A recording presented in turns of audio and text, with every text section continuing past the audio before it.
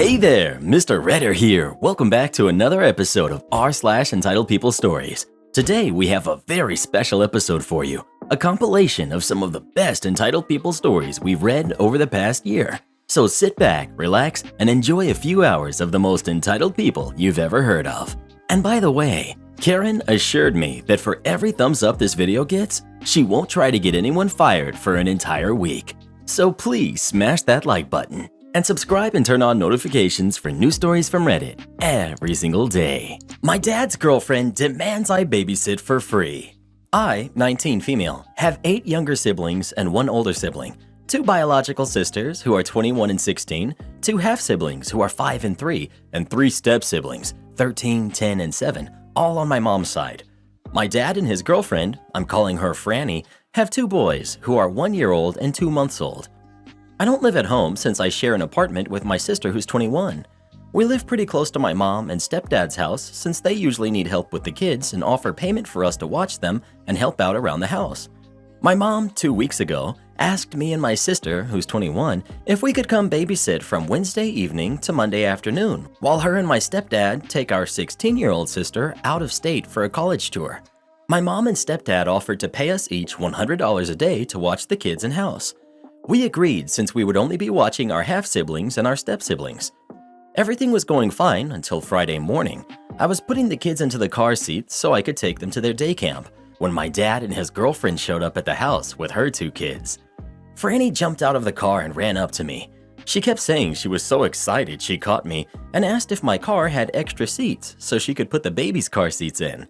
Confused, I asked what she was talking about. Franny told me she heard my sister and I were babysitting and she was going to drop her kids off with me so I could watch them while her and my dad went on a romantic weekend getaway. I told her no, that I was only watching my mom and stepdad's kids and that I didn't have the time or the space for another 2 younger, more high-maintenance kids. Franny began getting upset and screaming that I was selfish and ruining her weekend and that her babies are easy and don't even cry that much. I persisted and continued telling Franny no and saying I'm not obligated to watch her kids.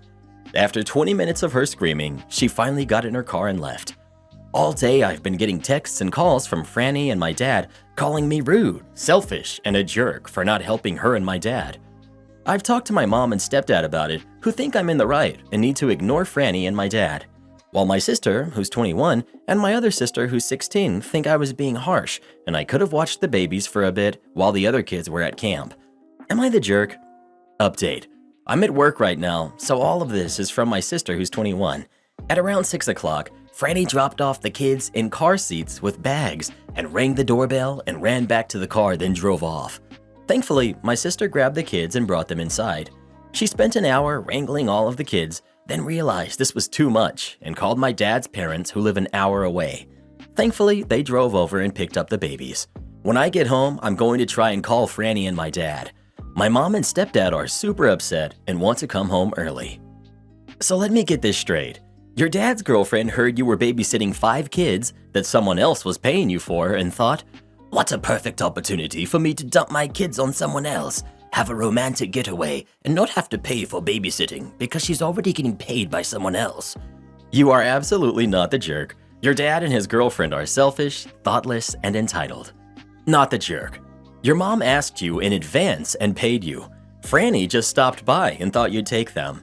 Mom has respect for you and your time with how she asked you. Franny felt entitled to your time. 2 completely different things. Good for you for standing up for yourself. Well, what would you have done in this situation? Would you have watched Franny's babies for her or not? Please let us know. I'd be calling the cops on her is what I'd be doing. Am I the jerk for having high expectations for my bachelorette party? I, 25 female, am getting married to my wonderful fiance, 31 male, this fall. A week ago, I had a bachelorette party. While most girls dream of their weddings, I dreamt about my bachelorette weekend. I put a lot of planning into this weekend, made a lot of phone calls, reservations, everything basically. For Thursday night through Sunday morning, me and 25 of my closest girlfriends rented a house. From the start, it was a disaster. I had told my girls to get to the house early on Thursday so they could decorate and set up before I got there. Well, I got to the house at 3 and they weren't done decorating, so that bummed me out because I wanted that wow moment when I came in and saw the setup. I felt robbed, but we still had a decent first night. Friday, I woke everyone up at 7 a.m. to make breakfast and get ready because we had a packed day. Vineyards, boat, lunch, happy hour drinks, then dinner and the clubs. I was getting complained to all afternoon because people said they were being rushed from place to place and had to carry change of clothes all day, but we only had limited time in this city and I wanted to make the most of it. Saturday was the worst. We had brunch at 9 a.m. and no one was awake in time, so it only ended up being me and a few loyal bridesmaids. We went shopping after for a few hours, and when we got back to the house, no one was even apologetic, even though I was close to tears all day. The last straw for me was later that night when we were going to dinner, and nobody was wearing the matching shirts we got for the weekend. People wanted to wear their own stuff, but that's not what we agreed on, even though my maid of honor notified everyone. At this point, I said forget it. This weekend was ruined and locked myself in my room to cry.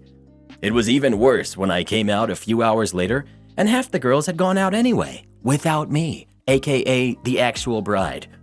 I ended up driving home early on Sunday and left the house a mess for the girls to pick up because I was so upset. Now it's been almost a week. No one has really texted me except some bridesmaids and the maid of honor. I know I sound bridezilla-ish, but these are supposed to be my friends, and we were supposed to celebrate me all weekend, and I felt neglected, and I'm just really upset. I understand these expectations may seem like a lot, but I made my expectations clear to the group, and they just let me down so bad. Tell me, am I the jerk? Edit, because people are asking me the same questions. 1. Yes, I have 25 people who I genuinely wanted to celebrate with. 6 of them are in my wedding party, and the other 19 were college friends, childhood friends, and work friends, etc. 2. Maid of honor sent out the itinerary months ago. It was very clear the activities I planned and their prices per person. If someone had wanted to skip out, it wouldn't be a problem, but all the girls paid accordingly, so they knew what they were getting themselves into. You're the jerk for all the control and then running off crying. No, you can't control 25 other people. Your expectations were too high. Also, who has 25 friends? This seems like some sorority craziness. Right? Sounds more like OP wanted a lot of people to fawn all over her for several days. You're the jerk. 25 people is not your closest friends. That's a large group of acquaintances, which also includes your closest friends. I guarantee you that not all of them consider you to be their best friend. This means you are dragging people who are trying to politely support an extended member of their friend group into a huge elaborate event where every detail had to be micromanaged for your personal benefit. You even complained that some of them did their own thing while you were pouting and hiding away from everyone, rather than sit patiently at the door for you to once again grace them with your presence. Yes, you do sound like a bridezilla. You're the jerk. Did no one tell you this itinerary was way too much? You made your expectations clear, but did you not think at all about what everyone else wanted? I know it's your weekend, but that doesn't mean you get to cart everyone around like a kindergarten class. You're the jerk.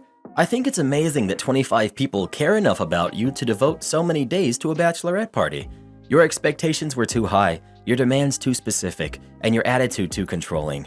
You could have had an amazing long weekend sharing good times with your friends if you had just relaxed and embraced their needs and interests too. Instead, you've probably changed their perception of you for the worse.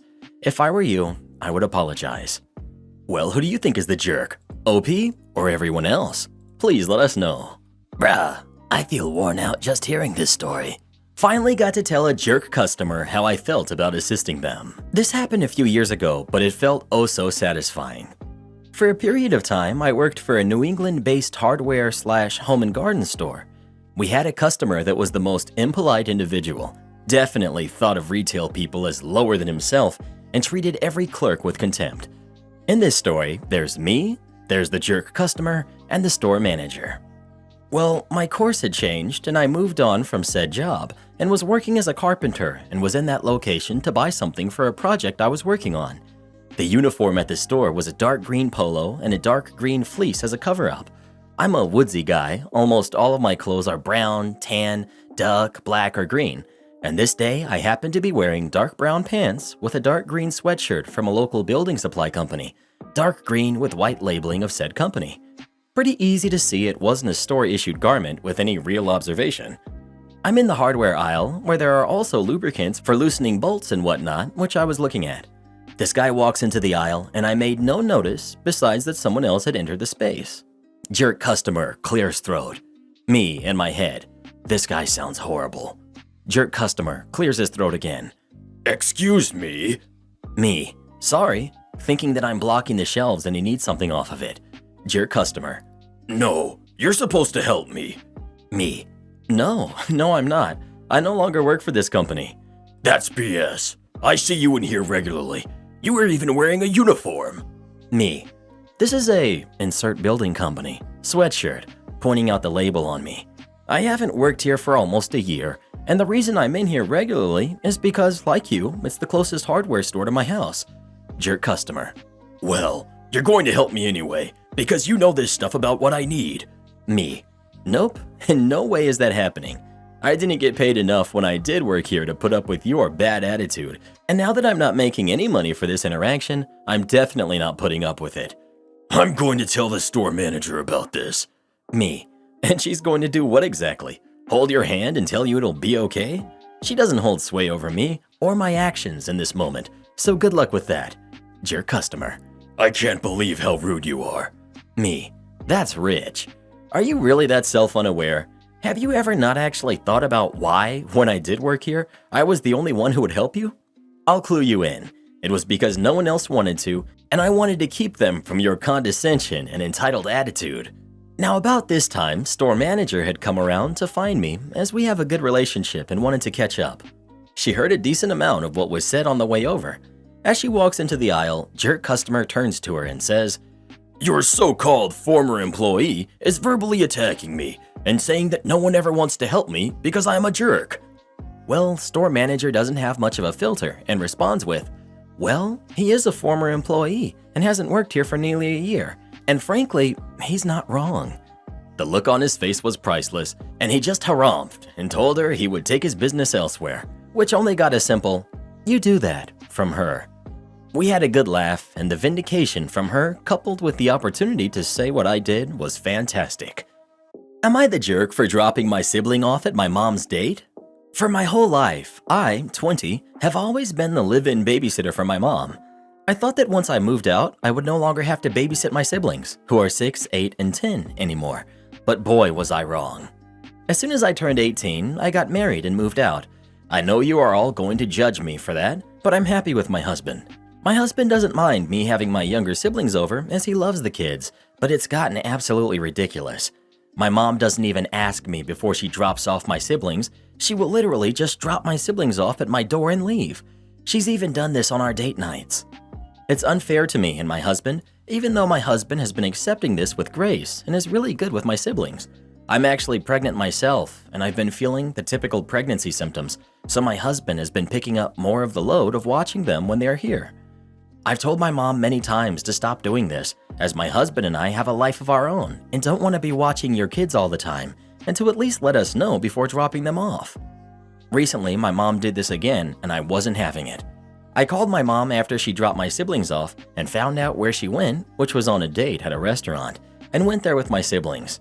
I found where my mom was seated, went up to her with my siblings following me, and said, "Hey mom, I have a few errands to run, so I decided to drop them off with you," and left while my mom was in the middle of objecting. My mom was upset and ringed my phone down. I didn't answer until the next day.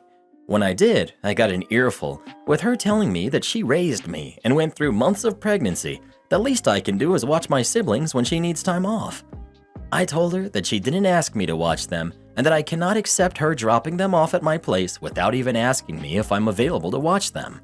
She said that we are family and that I'm supposed to look after them because I'm their older sister, and that I embarrassed her in front of a guy she really liked. My husband does feel bad about what I did and feels like there was a better way to deal with my mom than how I did. Do you all think I was in the wrong here? Not the jerk. Tell her the next time she drops them off without asking you, you'll call the cops on her. Also, you don't owe her for giving birth to you. She chose to have you. OMG, just no. 100% not the jerk. I've always hated scenarios where parents use an older kid as a third, or in this case, second, parent. She chose to have those kids, not you, and to expect you to parent when she doesn't want to is absolutely ridiculous. You have every right to feel the way you do and are under no obligation to help her. OP. I'm basically their second mom. They sometimes even call me mom and will cry when my mom picks them up. I love my siblings, but I really just want to be able to do my own thing sometimes. Not the jerk. Your mom has conditioned them to cling to you. Blame her. Quit answering your phone and your door no matter what. Yes, you are their sister, always will be. But that doesn't mean you aren't also your own person, a wife, and you have a life. Time to create some distance between you and your mom. She gave birth to them, not you. I'm so sick of parents acting like their grown kids owe them for giving birth to them and raising them.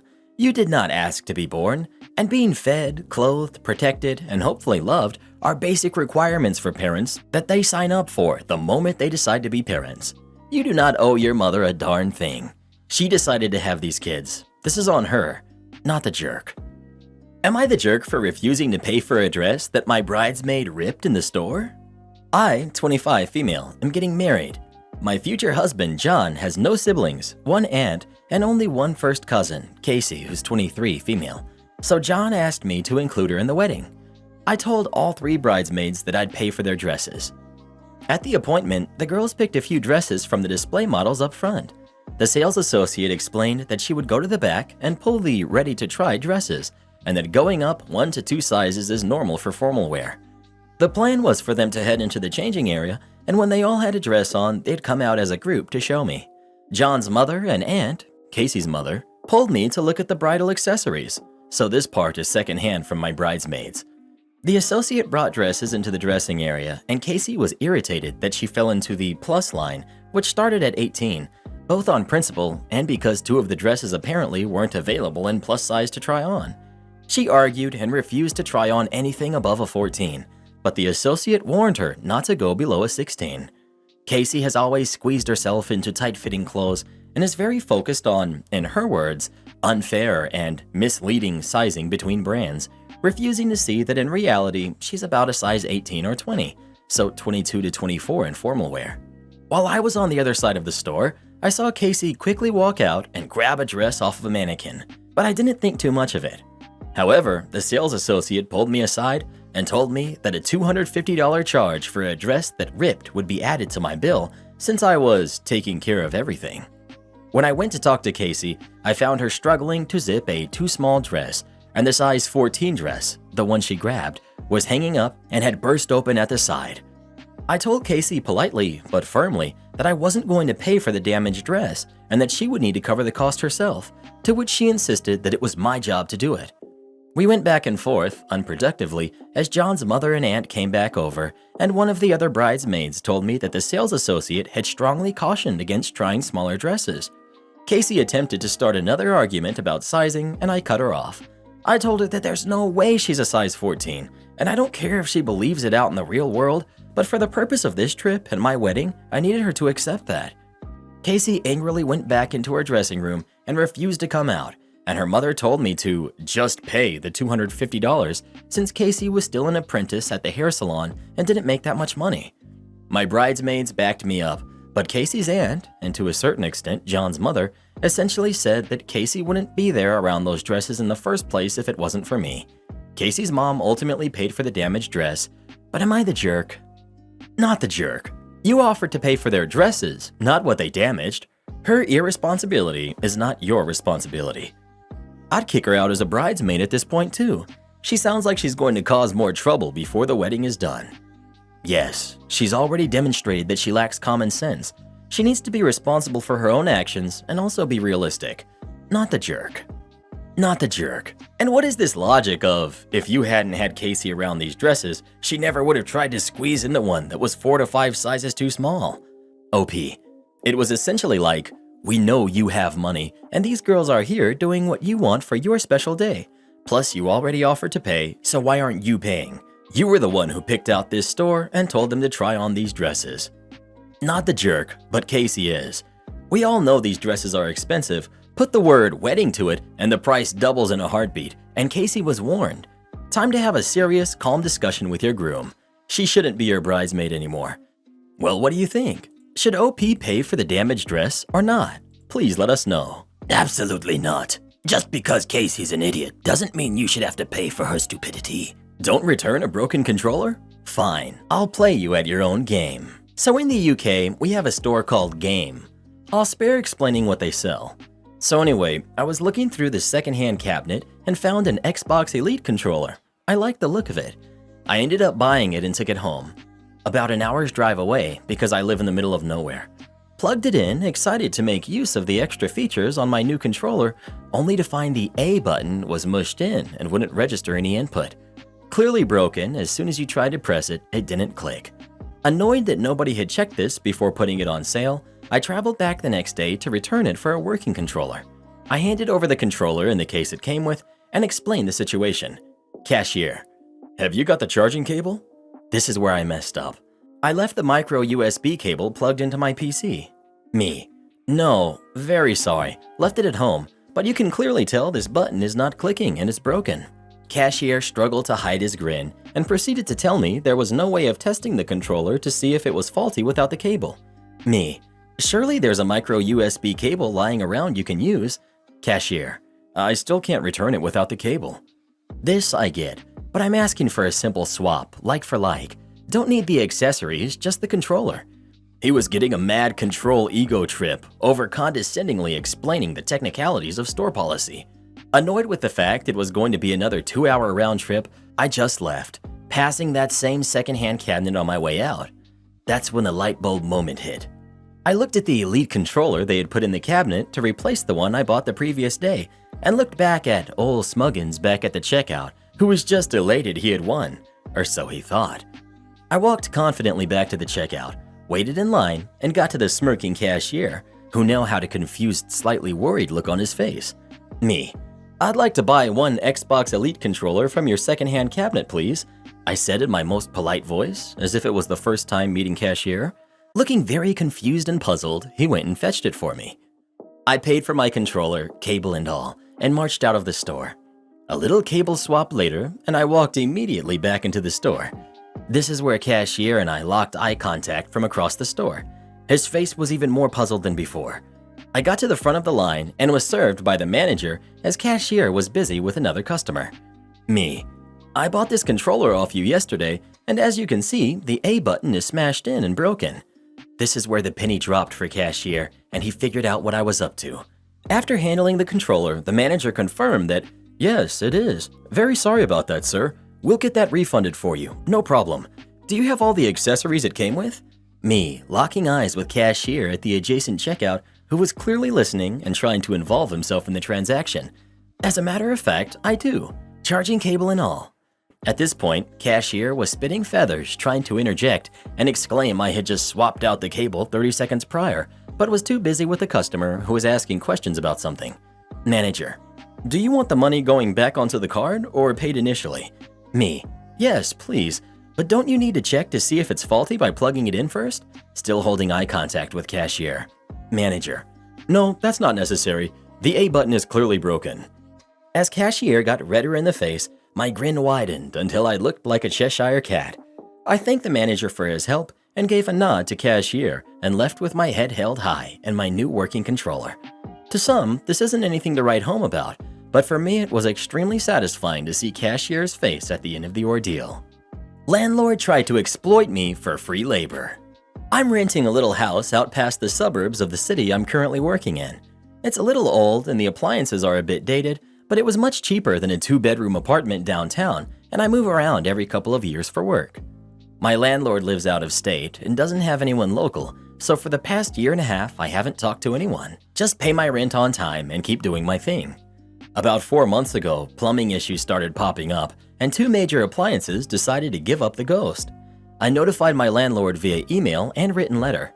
I rent a lot and have learned to abide by the exact wording in a lease. After several follow-up emails and phone calls, a local handyman showed up to look at everything and provide a quote. After receiving the quote for parts plus labor, the landlord told me flat out that they will not be paying for the repairs. They said that since I'm an engineer, they would allow me to purchase parts, install them, and then deduct the cost of the repairs from my rent payment. They said it was either this or learn to make do. I was not super thrilled at this response. I replied back to them saying if they were willing to deduct my time and the cost of parts from my rent, that I would get started immediately. Thank you very much. They were thrilled to hear it and asked me to send receipts for their records when everything is finished. Great. Now to put together all the pieces and get to work. The first step was to file for an LLC with my current state. Next, I set up some cameras and borrowed a GoPro from one of my hiking mates. I was able to document all the repair processes, from me watching YouTube videos of how to do things to me making multiple runs to the parts store and get that piece I didn't know I needed. Here's the kicker. At my day job, I make over $50 an hour. That is what my time is valued at. The final bill for everything has worked out to be about 12% higher than the quoted cost, and the landlord is very upset. But my lawyer added to the email chain has kept them very civil. I don't care that you're a diamond member. We've all gotten the calls from the top-tier, ultra-shiny rewards members where they're demanding some sort of free thing. We've all had them in our faces. However, since I got a fancy new title and a fun new name plaque for the manager on duty sign, I've been unable to care about them. A little backstory is that I'm the highest manager on property, as my GM had a medical issue and will be out on temporary disability until September. I've been running the hotel since March with very little training on admin stuff, working the front desk, helping housekeeping, and even working with maintenance. We occasionally, like once a month, have a task force GM come in to help, but he doesn't know our PMS. With all that said, I have very little time or patience for the entitled rantings of idiots. I just got a call about a reservation for early August. The first thing this jerk says to me is, "I'm a diamond member." He then goes on to ask me if we have discounted tickets to local theme parks. I say no and explain that those kinds of tickets are usually given to the hotels that are literally right beside said theme park. He starts yelling, "If you have the tickets, you have to give them to me. You can't hold them." I politely tell him again that we don't have any and haven't had them in the 4 years I've been here. He calms down and then asks the question I hate more than anything. "Do you have any free upgrades for diamond members? Like, if I wanted to check in at 8 to go to the theme park, would it be for free?" I tell him, "No, sir. Early check-in is subject to availability, and generally before noon, it's a $50 fee. Since you're a diamond member, I would let you check in at 10 a.m. for free." This set him off. He begins screaming into the phone that, "This is BS, and no other hotel has ever made me pay for an early check-in. I'm going to report you to corporate, and since I'm a diamond member, you're going to lose your job." When he stops to take a breath, I say, "I don't care that you're a diamond member," and hang up. I can't stand these entitled jerks anymore. I'm not taking their mistreatment and not letting my staff take it either. I heard someone yelling at my front desk and came out of my office and told her to go chill in the back for a second. I threatened to kick him out if he talked to my staff like that anymore. Where did my patience go? My favorite response to diamond members when they threatened to get corporate to fire me was, "Well, sir, this is a franchised hotel, not a corporate-owned hotel. Corporate has no input on my employment status here, and even if they ask my boss, our owners won't agree to fire me. Did you need me to give you corporate's number, or do you have it already?" My response is usually, "Okay," which seems to make them even more mad. Younger me would have been in the back shaking and trying not to cry because I was not aware of the power balance. Older me understands these customers have no say in my employment if I'm doing my job. And that's always when I have my job threatened by them because I'm following policy and not breaking it for them. So please, do call and let them know that I'm doing my job. When I became a manager, I loved getting these complaints. I would print out the corporate complaints and congratulate the employee for sticking to policy. And my favorite was the one time someone came to complain in person about the employee not breaking policy. The look on her face when I said, somewhere along the lines of, "Thank you for bringing to my attention that my employees are enforcing the company policy. It's good to know they are following their training." I got my stepsister Karen kicked out of school. I'm 15, female, and my stepsister is 17.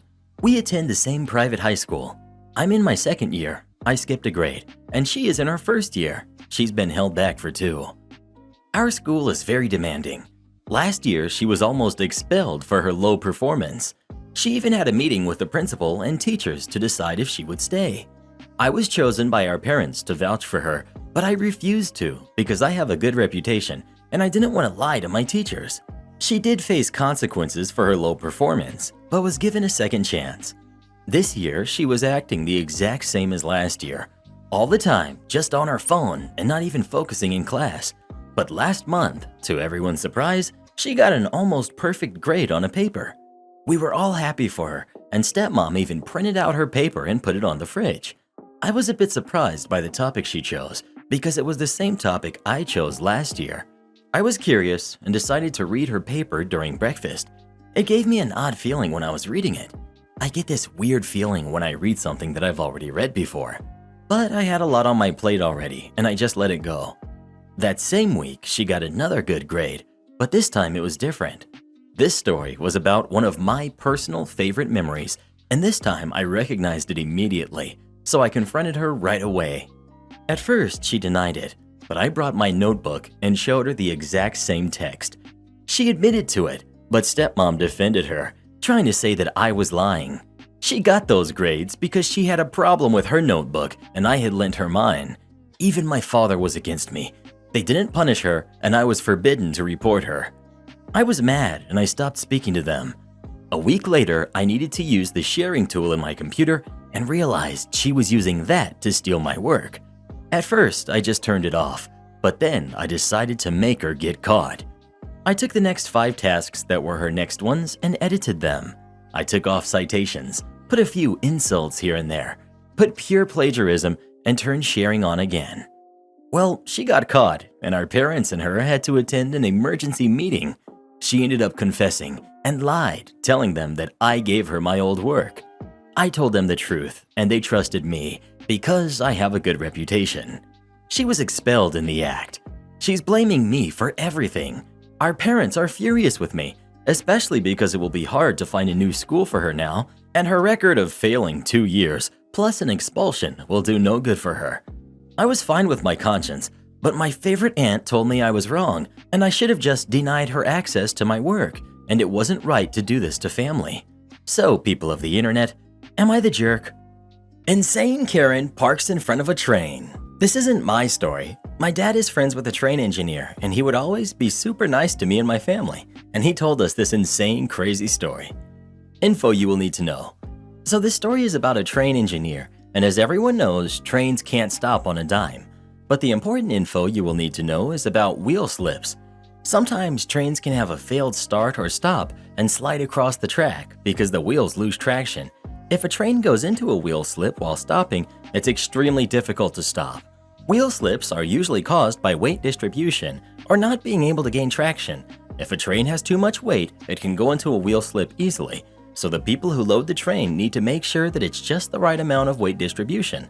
On to the story. So let's call my dad's friend Tom. Tom was on his normal route, and in the conductor's seat is someone we will call Bill. Tom was going around 70 miles per hour and was about to come up on a crossing. In the distance, you could see a car on the crossing. He thought that the arms hadn't gone down yet, and cars were still crossing, as it was still a ways away. As he got closer, he noticed a car was parked on the crossing, and a woman and her kid were standing right beside it on the tracks, holding up a sign that Tom couldn't read. But he immediately knew this was bad. He slammed on the emergency brakes and blew the horn as loud as he could to try and warn the woman. As it got closer and closer, she wouldn't budge. But then the train went into an unexpected wheel slip. I'll explain why after. And now they were sliding at a high velocity and heading straight towards the mom and presumably her son. Bill and Tom were panicking, letting trains nearby know what was going on. People who saw the occasion were yelling at the woman and her kid, and as they were approaching her, people realized she wasn't going to budge due to what her sign stated. People ran and came and pushed her out of the way. Then a few moments later, Tom and Bill slammed into the car, and since they were in a wheel slip, they couldn't slow down. Luckily, after a bit, Bill and Tom managed to gain traction again and stopped 2.5 miles later. Bill and Tom were really scared about what had happened, and despite their protocol, they jumped out of the engine and ran to see if her and her kid were okay. Luckily, they knew they would be there because the police would need to ask questions. After apparently, according to Tom, what seemed like forever, they finally made it back to the crossing. They found the mom and her kid, and she wasn't there because she was stuck, she was protesting. The entitled mom proceeded to have a conversation like this. "Finally, now I want you to meet my son. He wants a ride in your train." Tom, "What?" Entitled kid, "I want to be a train driver. Can I go pull the horn?" Tom, "Sorry kid, no, we can't allow that." "Let him do it. He's just curious. Besides, you owe us one since you attempted to hurt us. Tom, why's that? Before Entitled Mom could proceed to yell at Tom, Bill found the sign and told Tom to read what it said. The sign stated, "Stop crashing into cars because you're too lazy to stop and enjoy the fun of demolition. Embrace the new generation." Tom, what are you trying to say? Entitled Mom, the whole thing about trains can't stop on a dime is an old wives' tale. Admit it, you don't stop because you enjoy crashing into cars. Tom, what? No, we don't stop because we can't stop. The wait, I've heard it all before, and I'm tired of being lied to. Tom, okay, well, it's not a lie. Besides, a crash like this creates a huge inconvenience for our schedule, and we have to try to work around this. We don't do it for fun. What do you mean by embrace the new generation? Karen, I've tried to stop so many trains time and time before because my boy wants to be able to blow the horn and see what the inside looks like. He wants to be a train driver. He wants to be a train driver when he grows up too. You guys are so lazy, you just wave. Too selfish to let the new generation be excited to be a train driver. You guys are so selfish. Tom, ma'am, if we could, we would. I wouldn't have minded, but you must understand that everyone is on a tight schedule.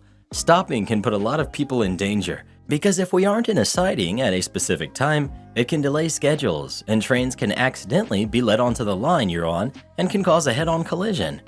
Oh, shut up. You guys aren't on a tight schedule. I've been waiting here almost all day, and it took forever to see a train.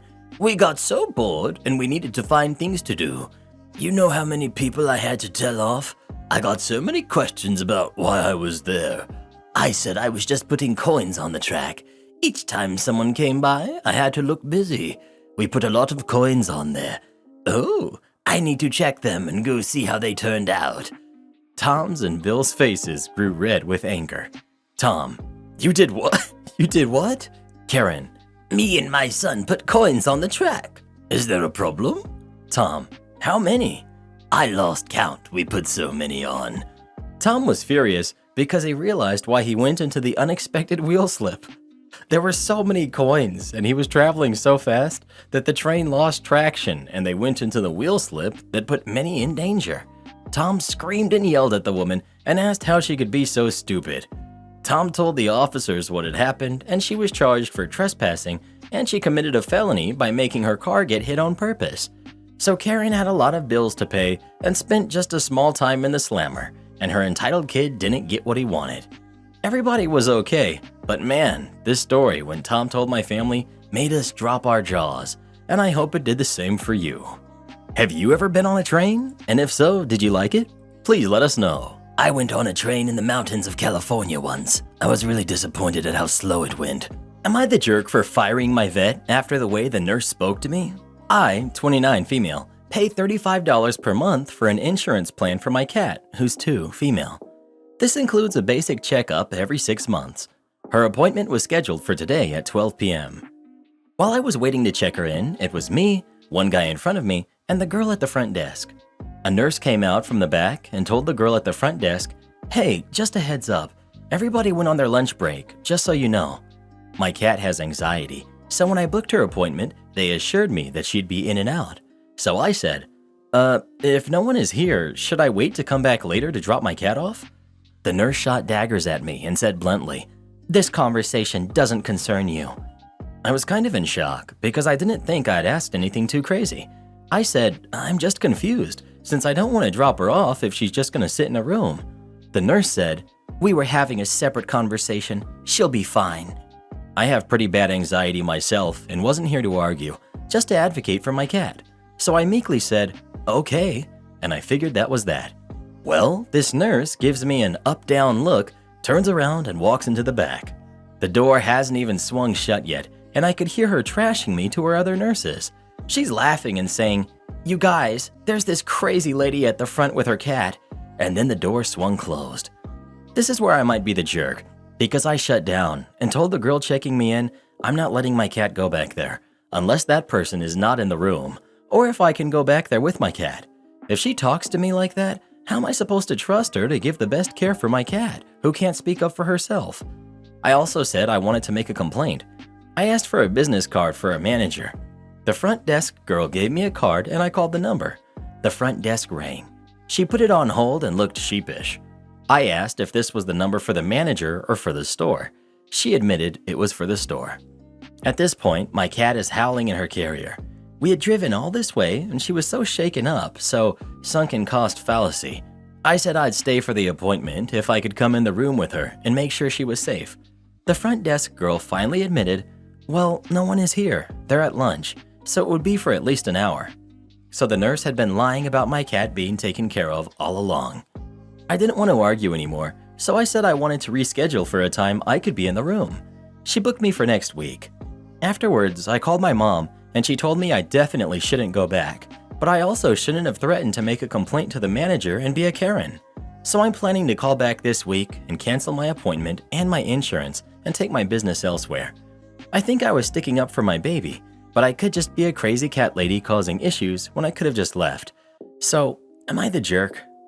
Listen to your mom about not going back, but in addition to making a complaint, also write a review. Let other people know about their supposed business model of laughing and lying to their customers. Not the jerk. Not the jerk. The nurse said that comment knowing you would still be able to hear her, so that's a very weird bullying tactic. Then the front desk nurse gave you the wrong number purposefully to stop your complaint. Then you found out you were justified in your concerns because it would in fact be a long wait for your cat by themselves because everyone was on lunch. Completely, they're the jerks in this situation. Also, why would they have an appointment at 12 p.m. when the whole staff goes to lunch? This is so bizarre.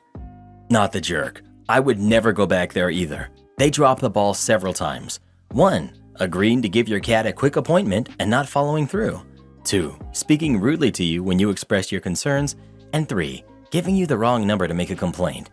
Plus, I've never heard of a store or service that lets all the workers take a break for an hour at the same time without closing. I'd switch vets for that reason alone. Like, go ahead and shut down the store for an hour, but don't book appointments during your lunch break. This is ridiculous, and I can't believe the vet spoke so rudely to your very reasonable question, and the audacity to mock you for it. They are major jerks. Finally, I have a concern about what your mom said. I really hate that lately anyone who complains about anything is called a Karen. You are not a Karen. A Karen is someone who complains and yells at workers over petty things out of their control, like yelling at cashiers for not accepting an expired coupon. You wanted to talk to a manager to complain about one of their workers treating a customer very rudely and then mocking them. That's completely justified. So please switch vets and don't think of yourself as a crazy cat lady. If anything, you are kinder than you should have been. Well, who do you think is the jerk? OP or the vet? Please let us know. I hope OP leaves as many reviews as they can. With staff that rude, no one should be going there. Told to change one student's grade, so I changed them all. I moved to a new state to take a high school teaching job in a rural town. I liked my fellow teachers and almost all of my students, but this was a small town with the usual assortment of outsized attitudes. One student was particularly lazy. Her parents both worked in the small school district, admin at the high school, teacher at the middle school. She rarely turned anything in on time, and what was turned in was generally rushed or incomplete, as if she had gotten the instructions secondhand. Somehow, though, she had straight A's in all of her classes. I quickly figured out why. When she turned in another late, incomplete assignment, and I very generously gave her a D, her overall grade in class dropped to a B. I was called in the next day to a meeting with the principal and both of her parents, who immediately complained I was being unfair and capricious with my grades. They accused me of not giving students the instructions, so I showed them the instruction paper, which I passed out and went over in class. They accused me of not giving her specifically a copy, but I remember handing it to her and I told them why. She was making out with her boyfriend when I was trying to go over the instructions. They didn't like hearing that part. They accused me of not being clear with my deadline, but it was the second line of the directions. They accused me of not fairly grading her work, but when I showed them her work, they clearly hadn't seen it before and wondered whether I'd gotten assignments mixed up before I showed them her name on it. The principal asked me to change the grade in the gradebook. I asked about whether she'd have to redo the assignment first, but that was declined by her parents. I understand why my principal caved. It wasn't worth trying to fight 2 employees in a small, rural district already struggling to recruit people. So I went back to my classroom and changed every student's grade to a 100 in the gradebook. No special treatment. Even the ones who hadn't turned in a single thing got a perfect score. The fallout. Many students asked me why their grade changed, but I never addressed it. I would just brush them off by saying not to worry about it, though clearly rumors were spreading like wildfire in the small school, because even the secretary and the principal asked me about it later on. I only said that yes, I changed her grade. The principal looked like he wanted to ask me about why I changed all of the grades, but he just shrugged and walked away. He never interfered in my gradebook after that. The student's parents transferred her out of my class, and her boyfriend also transferred a day later. No more PDA in my class, finally, so no complaints. Am I the jerk for buying a luxury watch instead of paying my fiance's parents back? I, 31 male, am in a relationship with a woman, Jen, who's 26. Jen and I have dated for 2 years now, and we got engaged 3 months ago. Neither Jen nor I are good with finances. In our city, this can't really be helped, seeing as everything is egregiously overpriced. But it is what it is, and we do the best we can. About a month ago, Jen and I decided to talk about our finances and savings, and so I brought up my online banking account to show her. In my checking account, I had a few $1,000s, but in my savings account, I had a bit over $8,000. Jen got super excited upon seeing that figure, saying we could use it to travel. I explained to Jen that this money was going towards a watch I wanted to buy. She responded with, and I quote, "Forget that," saying that she wanted to go to Europe with me. I immediately popped that balloon, as this was the result of me saving $150 to $250 a month for years. I was extremely clear, Europe was not going to happen. Jen got a bit upset, but finally I got her to drop the issue. About a week later, Jen came to me and said that I needed to come with her to a travel agent because she had made a down payment for a package deal to France. Having seen her finances, I knew that Jen didn't have the money. When I asked where she had come up with it, she said she borrowed it from her parents with the promise that she'd pay them back in about a week. Again, I was confused, but she said that the money I had in my account was more than enough to pay them back, and that instead of getting a stupid overpriced watch, I should make memories with her. I told her that she needed to go to the agency and beg for her money back, but she said it was too late. A few minutes later, I got in my car, drove to the watch store, and told the guy I'd talked to about half a dozen times about the watch that I was ready to buy. I paid in cash and came home. Then I showed Jen my watch and said, "That savings account now has a few $100 in it. Get your money back." She shrieked at me about it, and I told her that she had to go beg, cry, and get on her knees at the agency if that's what it took. Miraculously, she pulled it off and paid her parents back in full. But now she's incredibly angry and keeps telling me that it's my turn to go beg for my money back. Her parents are completely on her side and keep saying that going into a lifetime commitment, I don't need a luxury watch. Not sure about this one. I think I might have jumped the gun on that purchase, but I had already had my mind made up for years. Edit. I didn't think this was a financial advice board. I will include the following information because people here are incessantly focusing on how I spent my money. 1. I've maxed out my 401k every year since I was 23. In terms of retirement, my 20s were spent saving way more than the average American. 2. I spent the majority of my 20s also financially supporting my mentally ill sister. I no longer have to support her, and therefore I began dating Jen with marriage in mind. My question was about whether stranding Jen after her impulsive decision like that was a jerk move. It wasn't about whether I should keep more money in my savings account. If anyone here who has also maxed out their 401k throughout their 20s while supporting a family member would like to chime in, go ahead, but I don't really care. You say neither you nor your fiance are good with money and blame it on the high cost of living in your city. Well, that's not the reason you guys aren't good with money. You're not good with money because you impulse spend, fiance on the vacation, or you save for stupid things, you and the $8,000 watch. You didn't borrow the money from her parents, so you're not the jerk. That's all on her. But man, you need to grow up and treat your finances more maturely. Facts. OP is not the jerk for not paying her parents back, but you may want to call off the engagement. She has already showed you exactly who she is. Believe her. She wanted to go on an extravagant vacation with your money. Now let's address this lavish purchase. You really need to return it. Can you live in it? Can you drive around in it? Can you retire with it? How exactly does it serve you? That money could have been placed in a high-yield account, retirement fund, or you could have continued to save and purchase an apartment or home. That watch was a vanity purchase. You could have gotten a quality timepiece for $200 to $500 and saved the rest for your future. Lose the fiancé, return the watch, take a financial literacy course, plan for your future, one smart move at a time. OP already said he's maxed out his 401k every year since he was 23 years old, so he's not in a bad financial situation when it comes to retirement. He's totally allowed to make a few lavish purchases when he's saved money specifically for that reason without impacting his future. Sure, it's good to have an emergency savings fund, but we don't know details about if he even has one. And if he doesn't, he can start building one now. It's never too late to save. Everyone sucks here. Your girlfriend sucks for trying to spend your money for you without your agreement. You suck at spending that much money on a watch when you have no other savings and no other property. You're 31, OP. When are you going to start saving for retirement or a house? Just saying, we suck at finances, we live in an expensive city, doesn't work anymore. You're both adults, and you'll both suffer if you don't start saving for important things now. If you're bad at finances, get good. Take some classes, hire a financial advisor. Don't waste your money on stupid crap. Edit. After reading OP's edit, I still think he's a jerk. OP, you're the jerk for running out and spending the money just to say, forget you, to your girlfriend. Wasn't it enough that she was wrong and you didn't give her your money? You weren't going to buy the watch at that very moment before, so why did you have to do it now? To prove something? What were you proving? That you're in control of your own money? That's something a teenager does, not a grown man who is in control of his own money. Well, who do you think is the jerk? OP or his fiancé? Please let us know. Plot twist. It was an investment watch that will 10x in value over the next few years. Don't want to pay my asking price? Okay. Years ago, I sold my first motorcycle.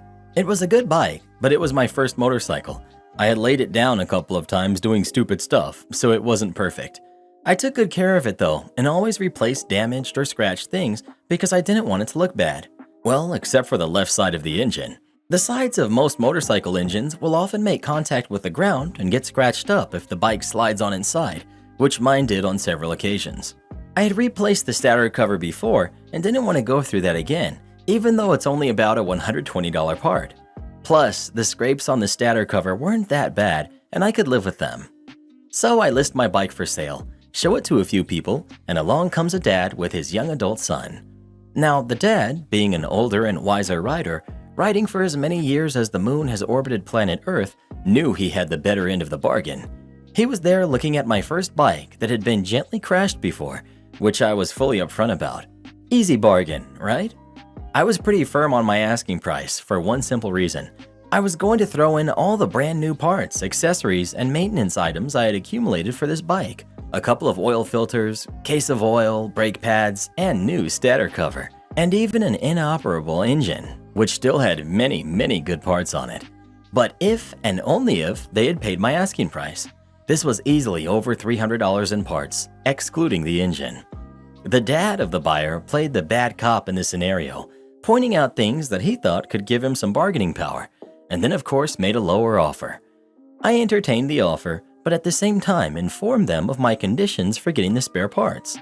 We don't need the spare parts. Okay, I counteroffered, explaining that my asking price was already very competitive given the condition of my bike. We settled on $100 less than my asking price, so they left with only the bike and none of the parts. A few days go by, and the buyer reaches back out to me to ask if they can come by to pick up the stator cover for free to replace the scratched one that was on the bike. I replied with, "Sorry, I'm going to sell it to make up for the discount I gave you on the motorcycle." A replacement stator cover costs more than the $100 they saved on the purchase, but if they paid me that $100, they would have gotten the cover, along with supplies for the first oil change, around $80, brake pads, about $75, sprockets, equal to $90, plus a whole nother engine to tinker around with. The engine had catastrophically failed, so it wasn't worth much, but the parts on it are still expensive to buy new. Am I the jerk for offering a homeless person a loaf of bread? Today, I, 21 female, went to Target to get some groceries and saw a homeless person asking people, including me, for something to eat. I normally get super paranoid about safety living in the city and don't ever talk to someone I don't know. But today, I bought a loaf of bread and offered it to the person on the way out. Note, I didn't say a single word, but just physically held out the bread to offer if they wanted it. The person got super rude and condescending, saying what on earth would they eat it with, and then proceeded to call me stupid while making hand gestures. What struck me the most was that he was awfully rude to me while he would act in an appeasing way to other people passing by, even when they would just ignore him and move on. I don't know, I feel like it's a sign that the one time I go out of my comfort zone to help someone, it ended up like this. But to double check, did I do something wrong in any way? Edit. People are getting really offended that I offered this person a loaf of bread, as if I treated them like a duck or a dog. But I only offered them that because whenever I go hungry or am without money in between paychecks, I eat plain bread all the time. I don't mind being told I'm the jerk, but wouldn't like my intentions to be misinterpreted. I know I'm probably going to get downvoted for this, but soft, you're the jerk. What yourself and a lot of commenters lack, and frankly what the world lacks, is a realistic perspective of what being homeless is like in the first world nations, as well as all the things being homeless lacks. That bread is going to mold quickly without proper storage. A homeless person doesn't have the resources to properly store bread. This will be even worse now due to the heat wave that's been encompassing practically the entirety of the northern hemisphere. The bread will mold significantly faster. Junk food is better. And before you clutch your pearls about, oh, that's not healthy though, most healthy foods require a level of storage and prep homeless people do not have accessible to them. Junk food has preservatives that ensures it lasts. A bag of Doritos is going to last longer and provide more calorie intake than the bread will. Similarly, regarding comments about homelessness equaling hunger and that you'd rather give food than money, this is highly unrealistic. Not all homeless people are hungry, especially in larger cities. Food is a lot easier to come by, and there are plenty of organizations dedicated to feeding people. What a lot of organizations that serve homeless people are looking for are hygiene items and clothing. A large portion of homeless people also live in their cars and need money to pay for their cars, both in bills and gas. In some cities, homeless people and vehicles make up almost half the homeless population. Money is needed to pay for phones as well. Phones which are needed not only to keep in contact with friends and family, but are necessary to getting a job in our current world. Money is also needed to buy hygiene products and clothes. Money can also be used, and often is, for getting motels. Homeless shelters have limited space and are not always accessible. It's awesome you want to give to the homeless, more people should. However, it's important to keep in mind that they are ultimately homeless and don't have the resources to keep food properly stored. If you're going to give, and you certainly don't have to, try and think from the perspective of what a homeless person not only needs, but can store. Well, what do you think? Is OP the jerk or not? Please let us know. Am I the jerk for firing an employee for stealing leftovers? My 27 female husband's of 3 years father is an entrepreneur who, among his businesses and numerous industries, has several sandwich shops spread out throughout 2 states. Last year, my husband and his dad opened a new location, and he and I were put in charge of being the ultimate decision makers regarding day-to-day operations of that location. My husband is the one with an MBA, and he has his hands full managing properties that his dad owns, so I've been the one who pays the most attention to details. While I trust the manager we hired, I sometimes go through the security camera footage of the store for extra assurance purposes. My husband never has the time to do so, but I can easily do so. Our shop is not open on Sundays, so inventory that we have has to be thrown out because it cannot be served on Monday. The other day, I realized that on one Saturday night, an employee who regularly closed was throwing out meats but would shove bread into a bag and presumably take it home. Another employee saw this happen and never reported it. I ended up confronting the other employee first, who has been there longer. She admitted it was true, but that she thought because it was peanuts compared to the bread and meats being thrown out, that this was somebody just trying to feed themselves. I confronted the employee who did it, and she said she was sorry, but she was a single mom, and that she thought it was going in the trash anyway. She also said that she wasn't making enough to not qualify for food stamps, but that it was still not enough with a growing kid and she often had to skip meals. I left that meeting angry that the employee didn't seem to understand she was essentially stealing. I called the manager and said that he should have made it clear that stealing was unacceptable and to fire her. He seemed dismayed and said that we should give her a warning and give her a chance to not do it again. But I was honestly done with it because we pay well for what she does and she cannot say her issues entitled her to get away with this. Am I the jerk? Be prepared for this to go public. Do you realize the headlines your restaurant is about to get? Local manager fires single mother for taking home unsellable bread, which would otherwise be thrown out because she can't afford to feed her kids on her pay. You're also about to lose the rest of your staff as well. I wouldn't be surprised if you have a mass walk-off.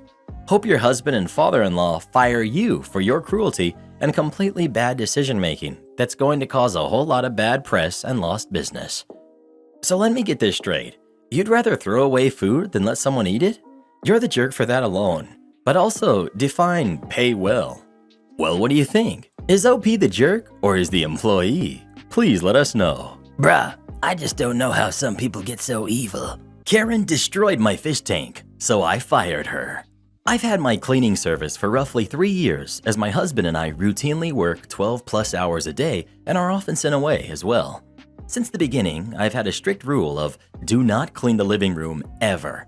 This is due to me keeping a very elaborate aquarium, 1,300-gallon reef, and cleaning products used near it can kill my fish.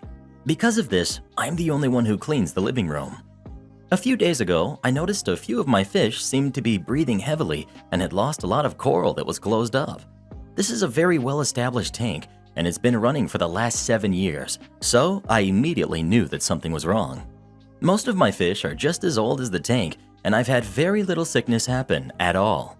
Fortunately, my setup allows me to do massive water changes, and I was up until 8 a.m. changing probably 80% of the water. Despite my best efforts, I lost a lot of fish. Seahorses had their own section of the tank, rays, various tangs, but the losses that hit me the hardest were my Moorish idols and a 6-foot tessellata moray. My entire tank was set up for the idols specifically. I spent over a year preparing it before I even got them. My moray, Bill, I'd had since he was under a foot long. I hand-fed him all of his meals.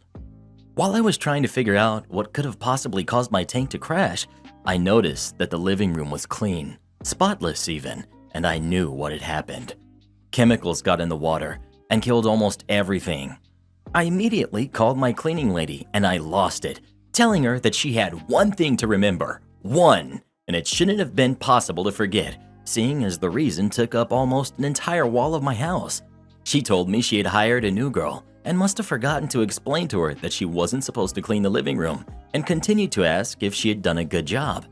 I replied that she had done such a good job cleaning, she cleaned out my tank's inhabitants and told her that she wouldn't be returning to my home and she wouldn't be paid for the week.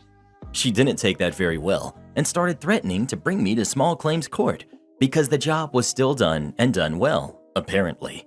I basically told her to kick dirt, and she's lucky I'm only firing her and not suing her due to the thousands of dollars I'd lost due to her mistake. Everyone keeps telling me they're only fish, just buy more, or she was just doing her job. I'm sure the poor girl feels horrible enough. Maybe I'm just letting my anger and upset cloud my judgment, and I'm being unreasonably harsh. But I loved those fish. They weren't just fish to me, and I loved them all very much. So please, am I the jerk for firing my cleaning lady for cleaning? New neighbor demands I stop fishing because it's bad for the environment. I, 25 male, live in my family's cottage, which I was given ownership of. The cottage itself is a waterfront property facing a medium-sized lake. My family has been living here for generations as my great-grandfather originally bought it before passing it down, eventually leading to me. My neighbors are a different story as many of the people I have known since childhood have moved out. The houses that my neighbors once had have been torn down and replaced with designer-style homes. With the construction of these homes come new neighbors and an HOA of which I am not a member of. My problem started with my next-door neighbor, Sophie. She's in her 50s or 60s, overfishing. One day, after doing some canoe fishing, I was approached by Sophie on my beach. She started asking if it was legal to fish on the lake, to which I said it was, as long as you paid the $25 per year license. After that, I said that I had to go, as I had caught some fish and I wanted to start processing them for dinner as it was getting late. After our conversation, I did not hear from her for over 2 weeks. My encounter with her this time was not in person, but through a letter. In this letter, she wrote about how dangerous fishing is to the environment and why I should stop. In response, I chose to simply chuck it in my recycling bin and ignore her as it wasn't worth my time. My most recent encounter with her was 2 days ago, while I had some friends over. It was in the afternoon when I had ran back into the house for some more beers along with one of my friends. While grabbing the drinks, we heard a knock at the door. When I answered the door, it was Sophie, and she had another letter. Before handing the letter over, she said that she had tried to be diplomatic, and now she has had enough and has a letter from the HOA.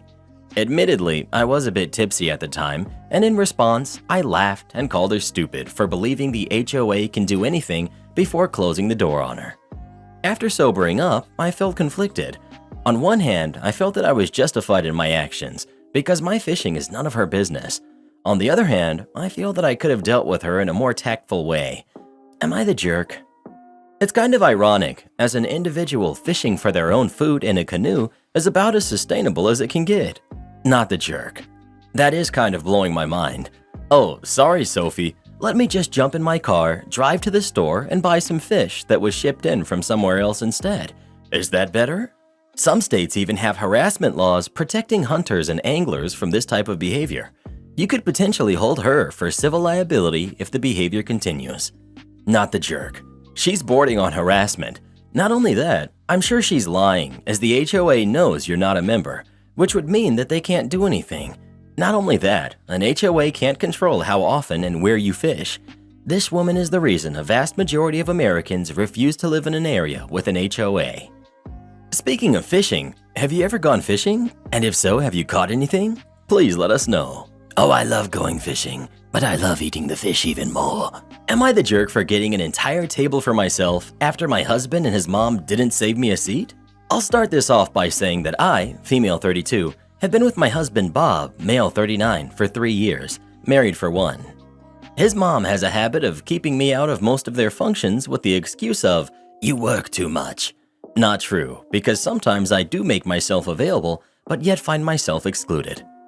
Last week, his mom invited us for a celebratory dinner at the restaurant after she completed her recovery. I had something to do on that day, but I let her and everyone else know that I'd be there at 8 p.m. Bob obviously knew I was coming. Thing is, when I arrived to the restaurant, I saw that the table was full.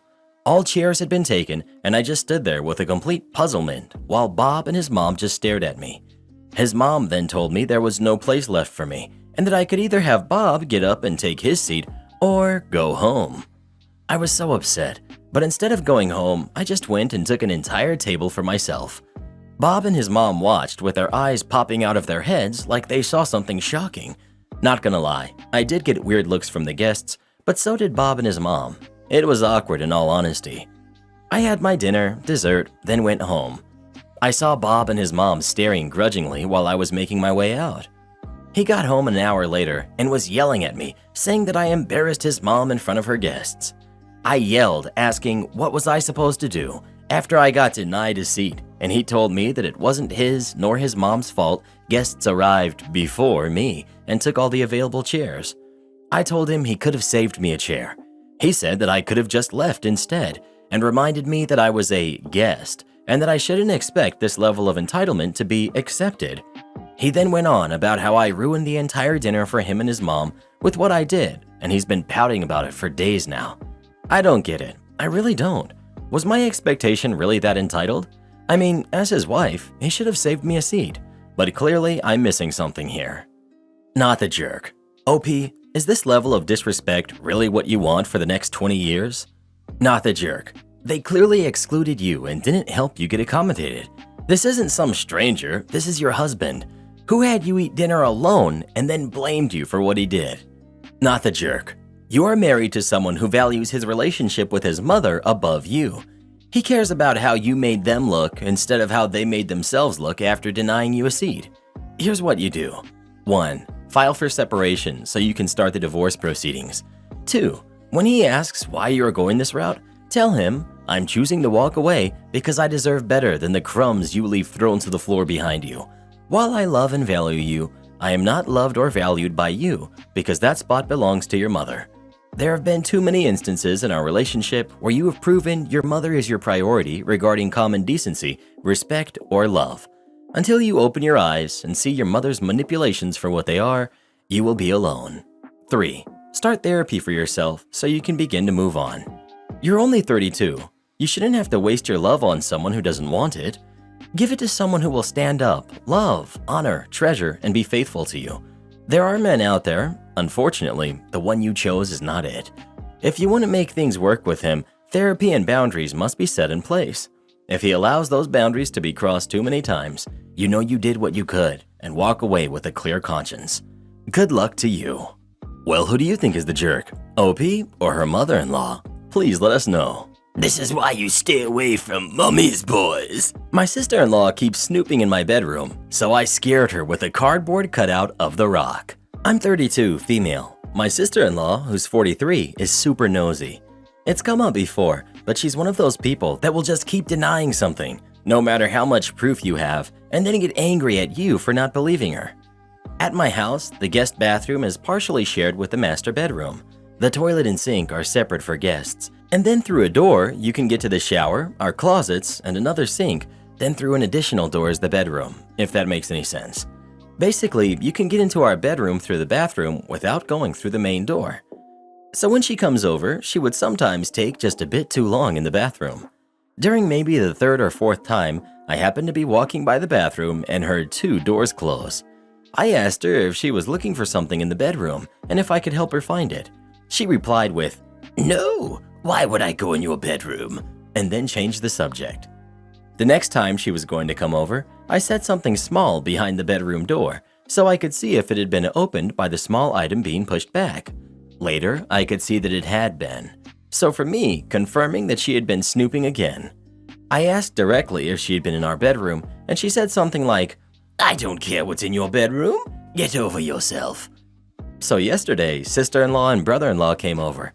But before that, I ordered a full-size cutout of Dwayne Johnson, which I placed in our bedroom facing the bathroom door. About an hour into the visit, she heads into the bathroom. Very shortly after, there's a scream, a thud, and a door slam. She came out, clearly angry. She'd been quite startled and slammed her upper arm into the door frame while turning away from the cutout. Brother-in-law made it worse by asking, "Well, why were you in their bedroom?" But she didn't answer and they left. She's posted on Facebook that she has a big bruise on her arm as a result of my nasty prank. People are saying she could have been hurt worse and that she's too old to be the victim of a childish prank. I feel badly that she was hurt. It wasn't my intention, but I might be the jerk because I still think it was hilarious. Not the jerk. It was hilarious. Hey, you had 2 break-ins to your bedroom, so you got The Rock to provide security. He caught the offender. End of problem. Not the jerk. And I'm just petty enough to reply on her post, "I'm so sorry that you were hurt and startled unintentionally. I didn't think to warn you about the cutout as I had it stored out of the way in my bedroom." Then let her friends put the pieces together. Not the jerk. But where's the "it's not a prank unless everyone is laughing" crew at? Most prank stories, you get all these losers on here saying that it's not a joke or a prank if someone gets upset. The truth is that there will always be someone who gets upset at the prank or joke. That's what makes it funny, you idiots. Well, who do you think is the jerk? OP or sister-in-law? Please let us know. Why do some people love to sneak around their relatives' rooms? What do they think they're going to find? The director of IT oversteps and misuses her power, ends up deleting our only copy of our computer image. This happened around 2010. I work in IT for a state agency. Since it's government, our leadership positions are mostly appointed by the governor rather than being promoted from within. As a result, we had a director of IT who knew nothing about IT. We'll call her Karen. Karen came from a completely different unit, and due to a union dispute over a hostile work environment, she was reassigned to our unit rather than fired. This frequently happens with appointees. They do not like to fire them because it makes the governor look bad. Unsurprisingly, the unit began going downhill after she took over because she was extremely emotional and tried to micromanage everything. My normal job duties involve computer repair and networking, covering multiple offices. I volunteered to help central office create our computer software image, naively thinking it would help me get promoted. But all in all, it was just tedious and was starting to cause me to fall behind in my normal duties. I had been working on the image for about 6 months, updating it when needed. For those who aren't IT savvy, an image is a snapshot of the computer hard drive, fully loaded with all of the drivers and software already installed. To do this manually would take 4 to 5 hours on every computer, whereas using an image would only take about 40 minutes. We work very standard hours, Monday through Friday, 9 to 5. On Thursday at 4 p.m., we get an urgent message from Karen stating that we all must report to central office Friday morning at 9 a.m. and to bring our USB flash drives. We were told that if we didn't bring the flash drives, we would be sent back to go get them. She didn't say why. Obviously, I wasn't happy about how unprofessional it was to give such little notice about a meeting that requires a 2-hour drive one way and to reschedule my entire day of meetings for PC repairs. I called some associates in central office to find out what was going on. Apparently, Karen had convinced herself that flash drives were bad and that IT field support had bad stuff on them, completely on a whim, mind you. The plan was to collect all flash drives, wipe them, and then give them back without telling us. The sheer stupidity of this idea was off the charts, considering we kept all of our important troubleshooting tools and information on there. Since I did the imaging, my flash drive had everything regarding our computer image on it.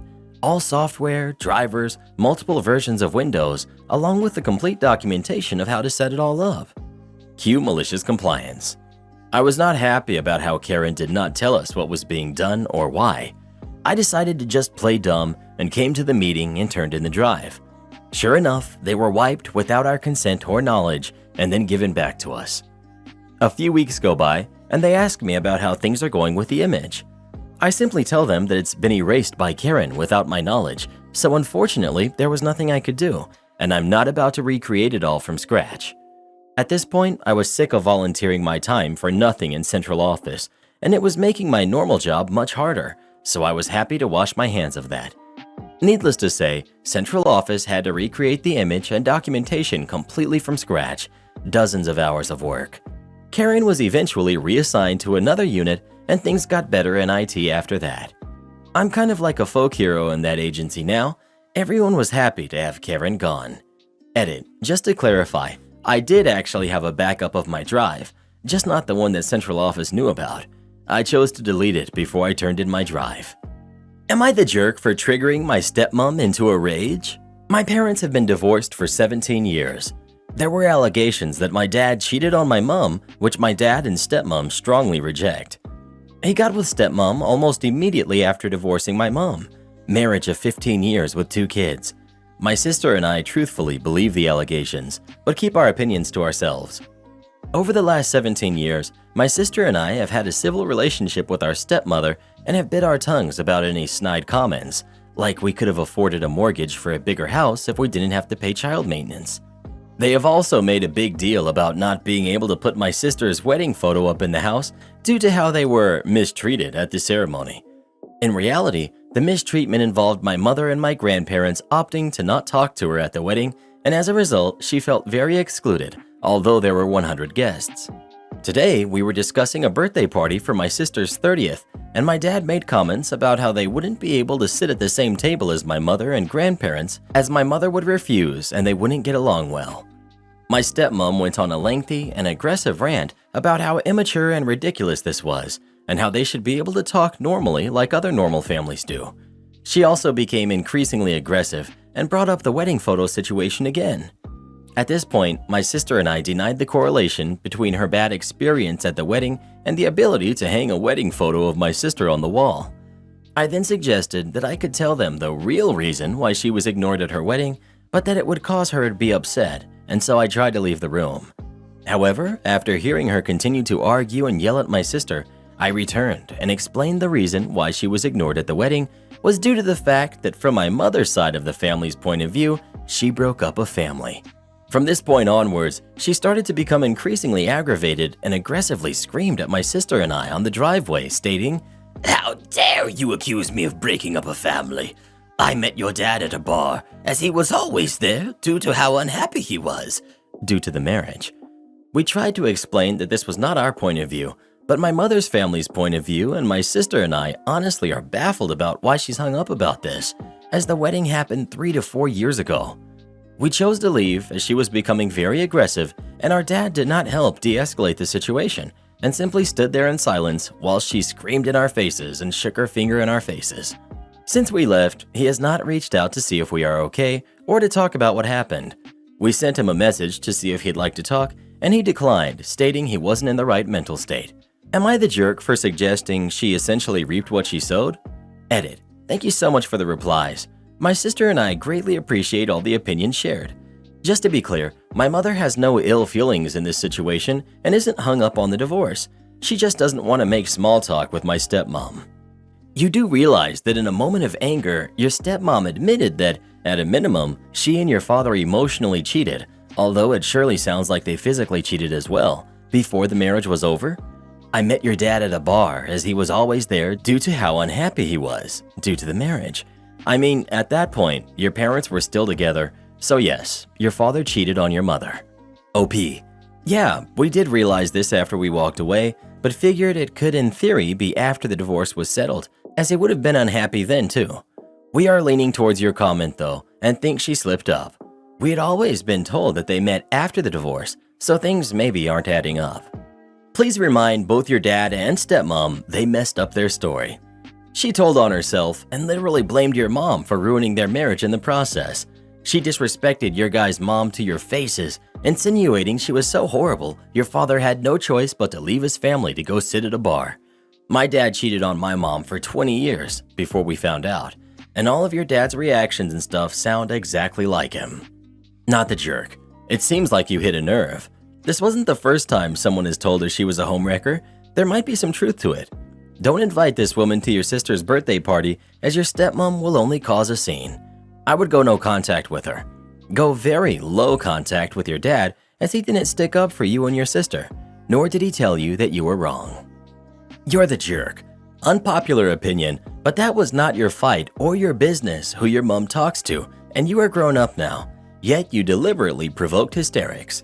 You saw your stepmother was having some mental issues and responded by trying to upset her more and blow up your father's life for things that happened 17 years ago that even your mother is over. That is being a jerk to your dad. Your mother may be over it, but you clearly are not. Am I the jerk for calling out a man for stealing his stepson's birthday present? I'm a little upset right now, but I thought I should get your opinion before I have an even bigger blow up. So I'm 30, male, and my cousin, who's 40, female, her son Jake turned 16 recently. I'm very close with my cousin, and her son calls me Uncle OP. My cousin called me about a week ago and said she was planning on getting her son a car for his birthday, but with the rising price of cars lately, she was a bit short. She asked if I could contribute to his gift. I said of course. Give me a couple days to move some stuff around and I can send over about $1,000. She seemed very appreciative. I later talked with my husband about it, and he said that I should ask my cousin what he wants for his birthday and give him the option of contributing to his car or buying him whatever else he may want. I thought that was fair, so I messaged him and he informed me his grandmother bought him a new car about 2 weeks ago and he would prefer an Amazon gift card. A week before his mother asked me for money for a car, his grandmother bought him one. I asked a couple more questions. I found out the car was actually at his house already. He was annoyed because his stepdad had been using it since his grandma dropped it off. I asked, why is your stepdad using your new car that you haven't even driven yet? And he says because his stepdad just totaled his about 5 days ago. Little background. Stepdad is a blue-collar worker with a white-collar taste. Thinks he deserves all of the best things because he's the man of the house. He didn't even buy that house. He moved into the house that my cousin owned already. Once, I was over at their house for dinner, and he demanded the largest steak because he was the man of the house. That's what we're working with here. So I call Vanessa, and I asked her what's going on, and she said, well, since my husband totaled his car and he didn't have full coverage, he's going to take Jake's, and I'm going to buy Jake a used car. I blew up on her.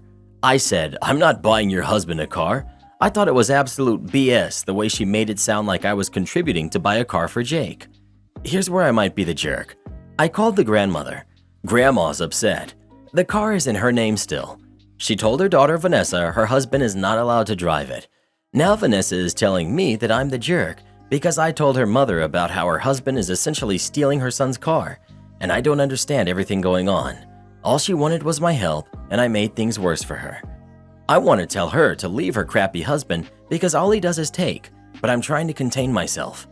Update 1. Took the day off to get down to the business. Nailed down some timeline issues. Jake got his car from his grandma on a Monday. Wednesday, stepdad totaled his car, started using Jake's.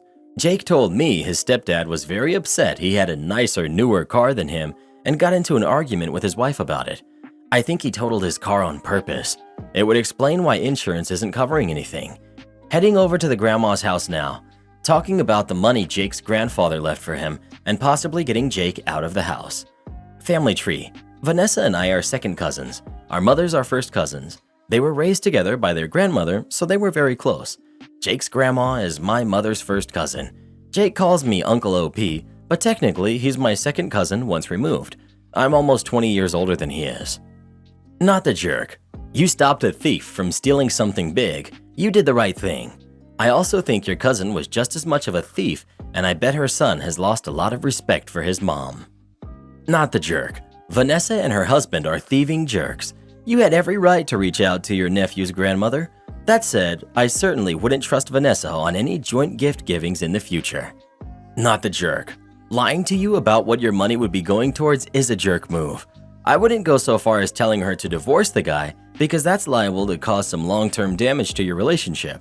But you totally did the right thing calling grandma. It's her money and it was intended for her grandchild. Am I the jerk for not buying a new PC for my boyfriend? I, 24 female, live with my boyfriend, 27 male. For some context, we've been dating for 4 years and living together for 8 months. We live in an apartment I inherited along with one more other house that I rent out and some cash inheritance. Now on to the story. Me and my boyfriend, we both love playing video games. We both have full-time jobs, but still find time to play together as well as separately with our own friends. He's a much better player than I am. He plays tournaments and competitions, whereas I just play for fun. A few months ago, my boyfriend started talking about some new PC and other items he wanted to upgrade his setup and how he was saving up for it. I was okay with it since we have separate finances. He doesn't pay for the utilities, but splits grocery, which wasn't an issue because I had extra income from the rental property. I thought I could use my inheritance money and get myself an expensive set upgrade as well. I took suggestions from YouTube and some friends. I scheduled the delivery for the day that I knew he won't be home all day. The setup came, they sent someone from the store to set it all up for me. I used the PC for a while and it was amazing. My boyfriend came home during the evening and saw my new PC. I was so excited to see his reaction, but his face remained very dull. He looked at me and asked why it was on my side of the room. I told him it was because it's mine. He asked me to confirm that I bought his dream PC setup for myself, and I said yes. He got visibly mad, but then said, "It's useless for you. We should just swap.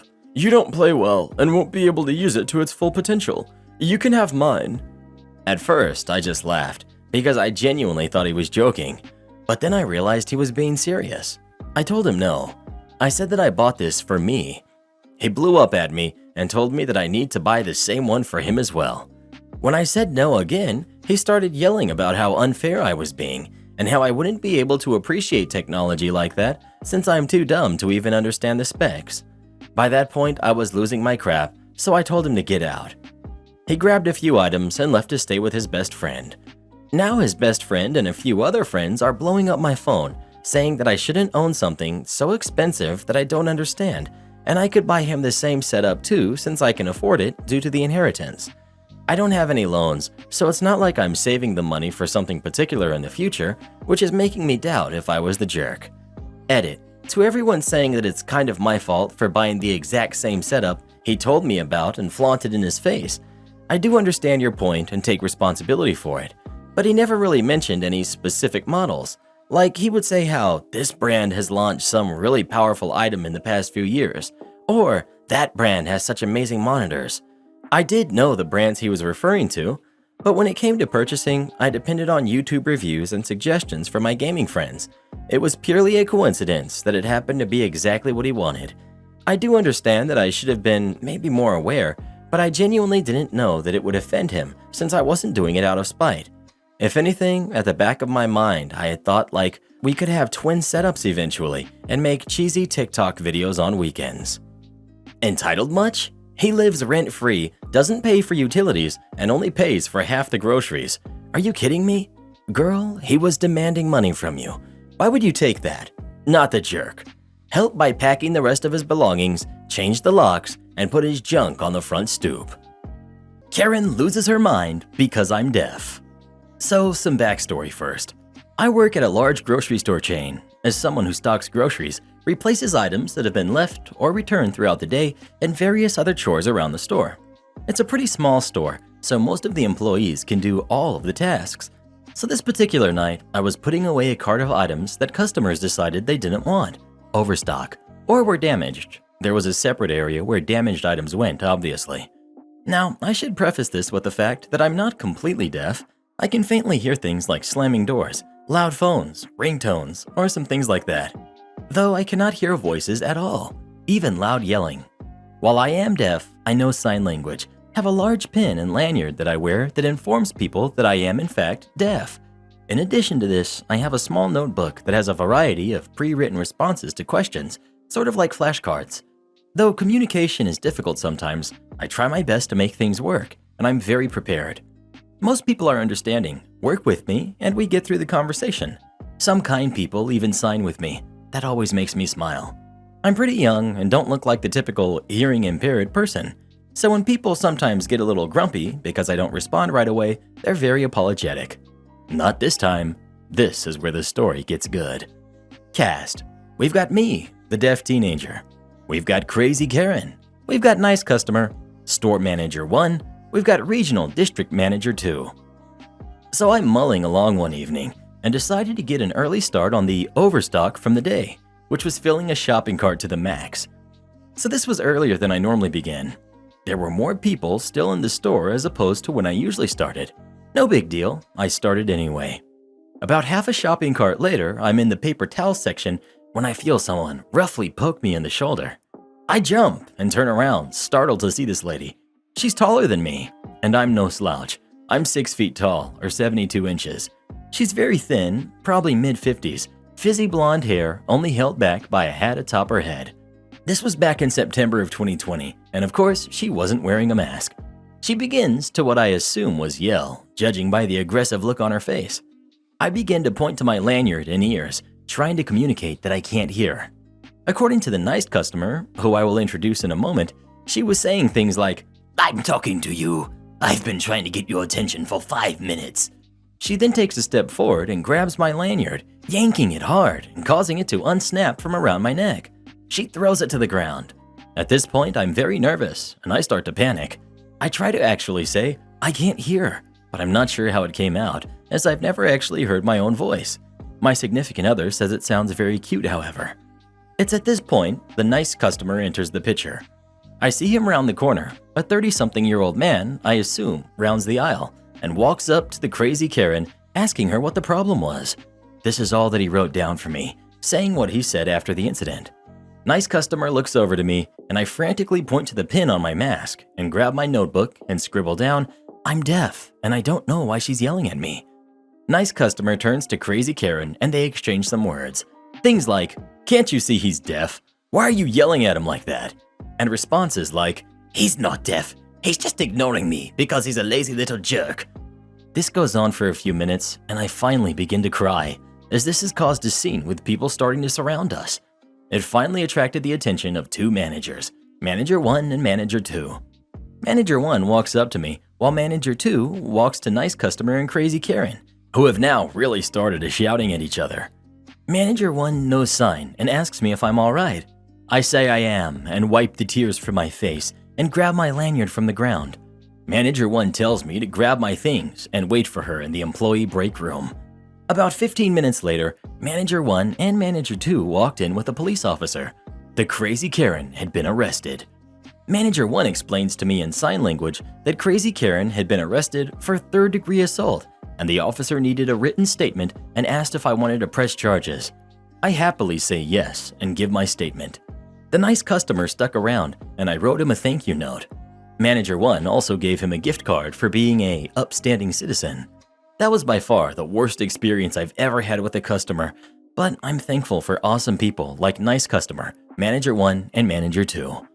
Also, Crazy Karen got sentenced to a few months in jail, probation, and was fined a hefty amount, and I honestly hope it really messes with her life. I never meant to downplay any bad behavior or anything like that. I was simply giving my honest opinion, and I honestly hope it really takes a toll on her. Karen complains to our hotel, so I canceled her reservation. Here I am working the front desk at the hotel, enjoying a perfectly normal Sunday night when I get a phone call. It's 11 p.m. and most sane people have already decided to bed down in preparation for tomorrow. So imagine my surprise when one of my few remaining arrivals lets me know that they have a 1-year-old and that they need a crib. Cribs are on a first-come, first-served basis. These people are calling at 11 at night on the day of their arrival. I go and check for cribs. Shock of shocks, there are none left. The person on the phone insists that they put on their reservation that they need a crib. I go and look on the reservation. Nope, there is no such indication. I advise the person on the phone, the wife as it turns out, that we're out of cribs, that they're first come first serve, and they've all been taken. She hangs up on me. Fine, whatever. Maybe they'll buzz off and find other accommodations. Ha! You know darn good and well that's not how this story goes. Man walks into our lobby, tells me he needs to check in. Okay, I ask his name. He tells me, and I immediately recognize it as the name of the person who called before. Lucky me. He confirms that we have no cribs left and launches into a tirade about how it's on his reservation. It's not. It's our fault if something happens to his baby, and he feels that the conditions are unsafe. He proceeds to try to argue every possible way to place liability on the hotel for his failure to prepare. Finally, I've had enough. Well, sir, I don't want you to be in a situation where you feel unsafe. I'll just cancel your reservation and you can contact the third party with whom you've made your original reservation, and they can find you a hotel that has a crib.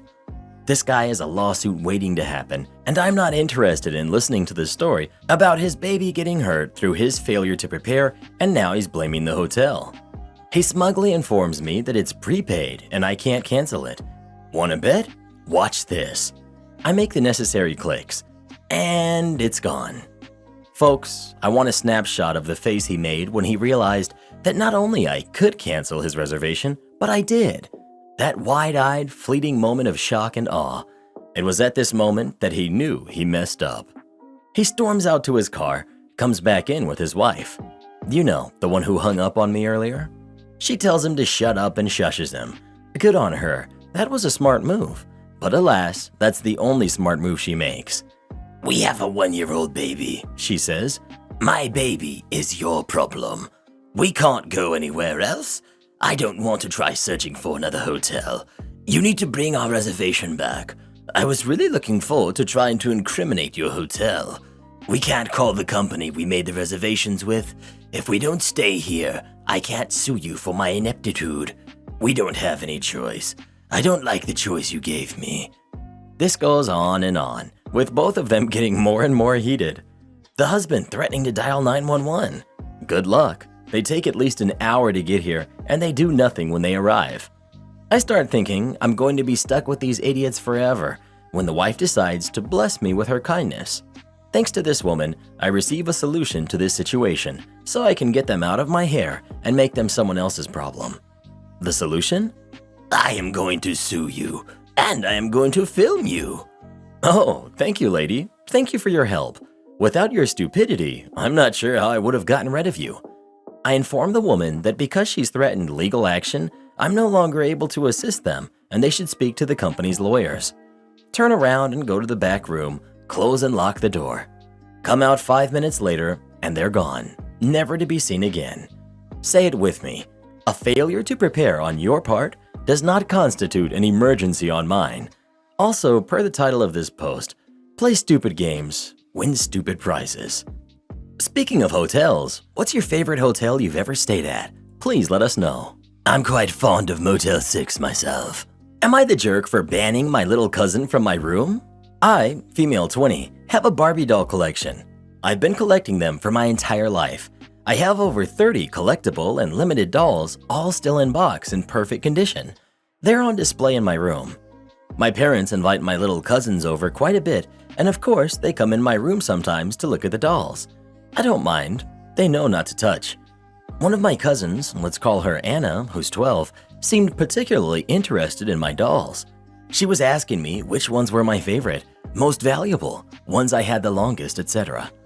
I was showing her my favorite one that I got it when I was a kid, and it's worth about $500. It's my favorite doll. After I finished telling her about it, we left my room and we all went downstairs to chill. I noticed all my cousins were playing except for Anna, who had disappeared sometime while everyone else was still playing. I didn't think much of it, just thought she was in the bathroom or outside playing. But after about 15 minutes, I got suspicious and went upstairs to my room. There was Anna, playing with my $500 Barbie doll. She not only opened it, but completely destroyed the box in the process. My heart dropped. I lost it. I screamed at her and told her she was never allowed in my room again. She started crying, saying she didn't know she couldn't play with it, but that's a lie. I always tell them to look, not touch. It also felt suspicious she opened the one doll I told her was the most important to me. When my aunt came back to pick my cousins up, Anna ran to her saying I yelled at her for playing with my toys and banned her from my room. My aunt was furious with me and demanded that I apologize to Anna. I refused and told my aunt she owed me a new doll. My aunt told me no doll should be worth $500 and she will not replace it. My family is divided over this. Some are on my side, but some say that I can't expect my aunt to pay $500 for another doll. So, am I the jerk? Small update. I've decided to send this thread to the family group chat, along with proof of what the doll is worth. As some people have pointed out, the doll is actually worth nearly $1,000. I think I'll be able to get more family on my side, and hopefully my aunt will read it too and see that she is wrong.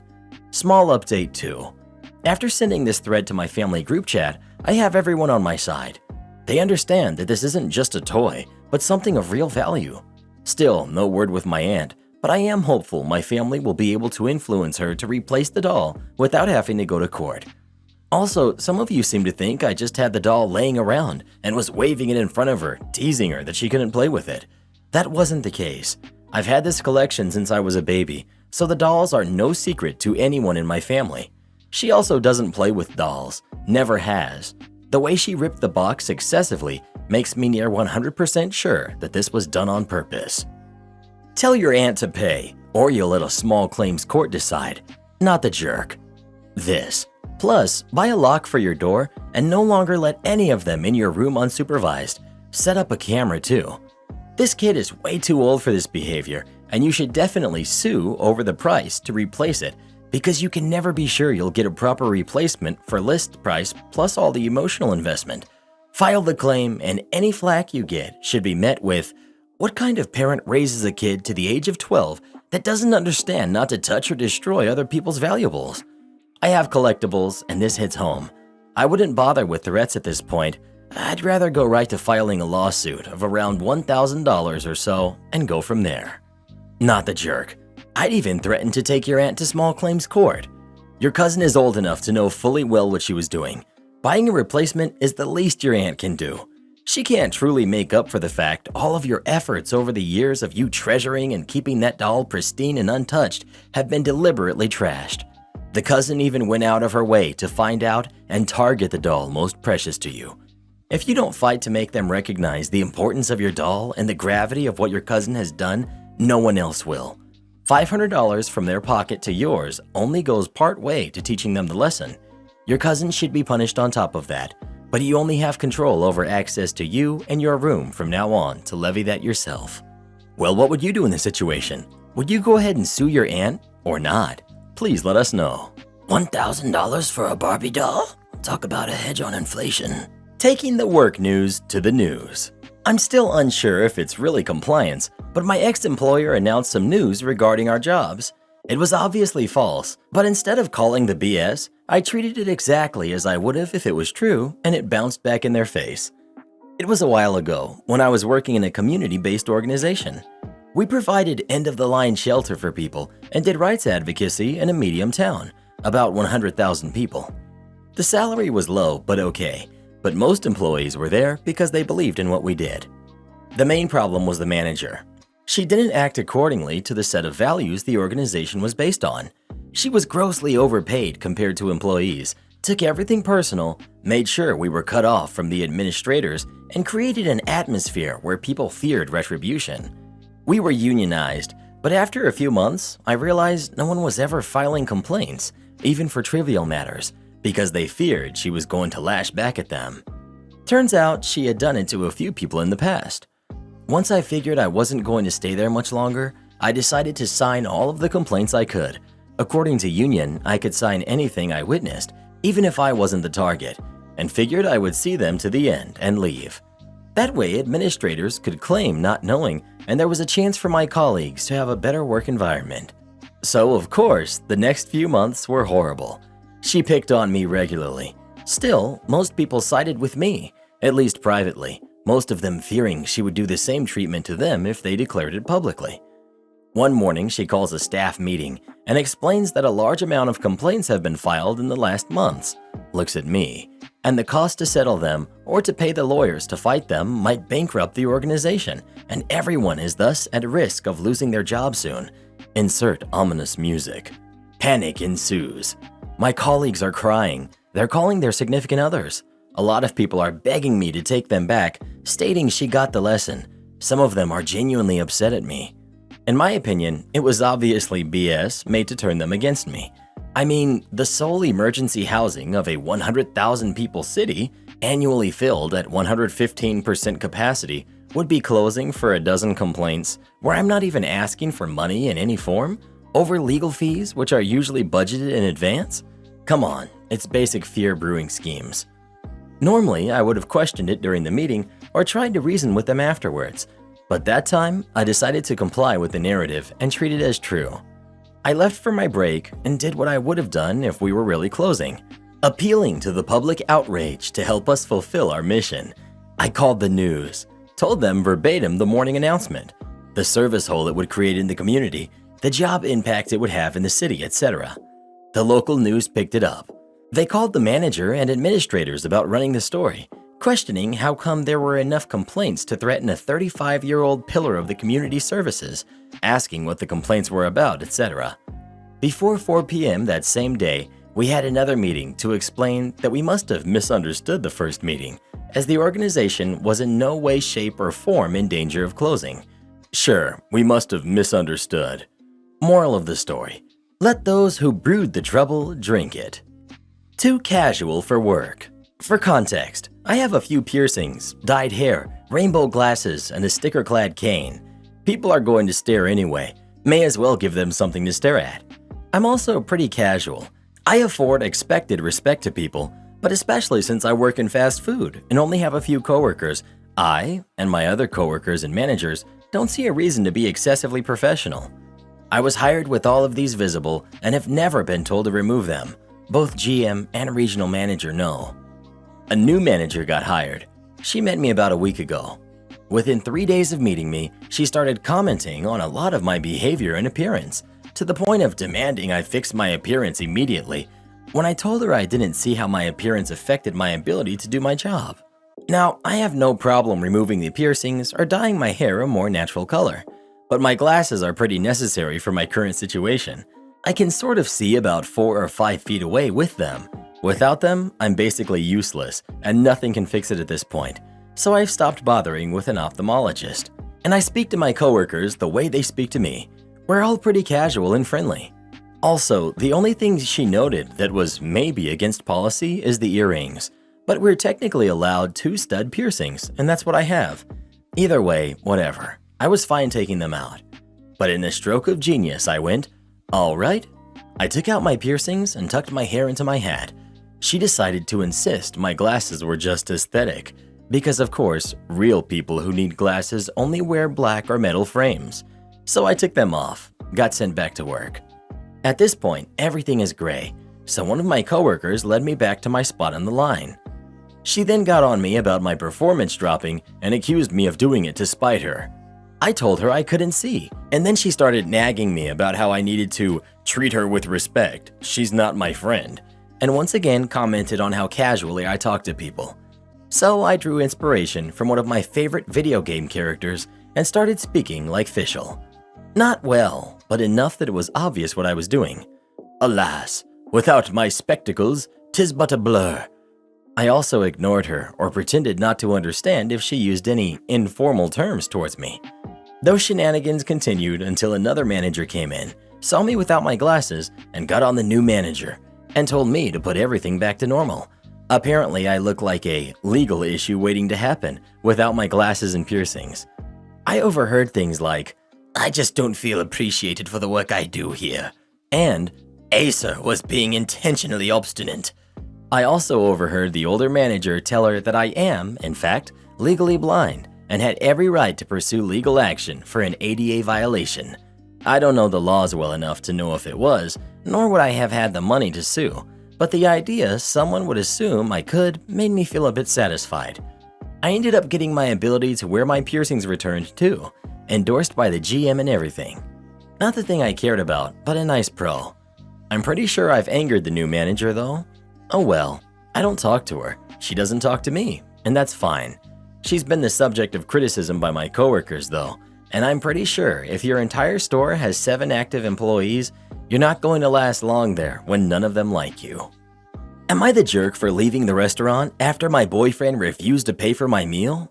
I had lent my boyfriend some money a few weeks ago because of something he needed, and he promised to pay me back ASAP.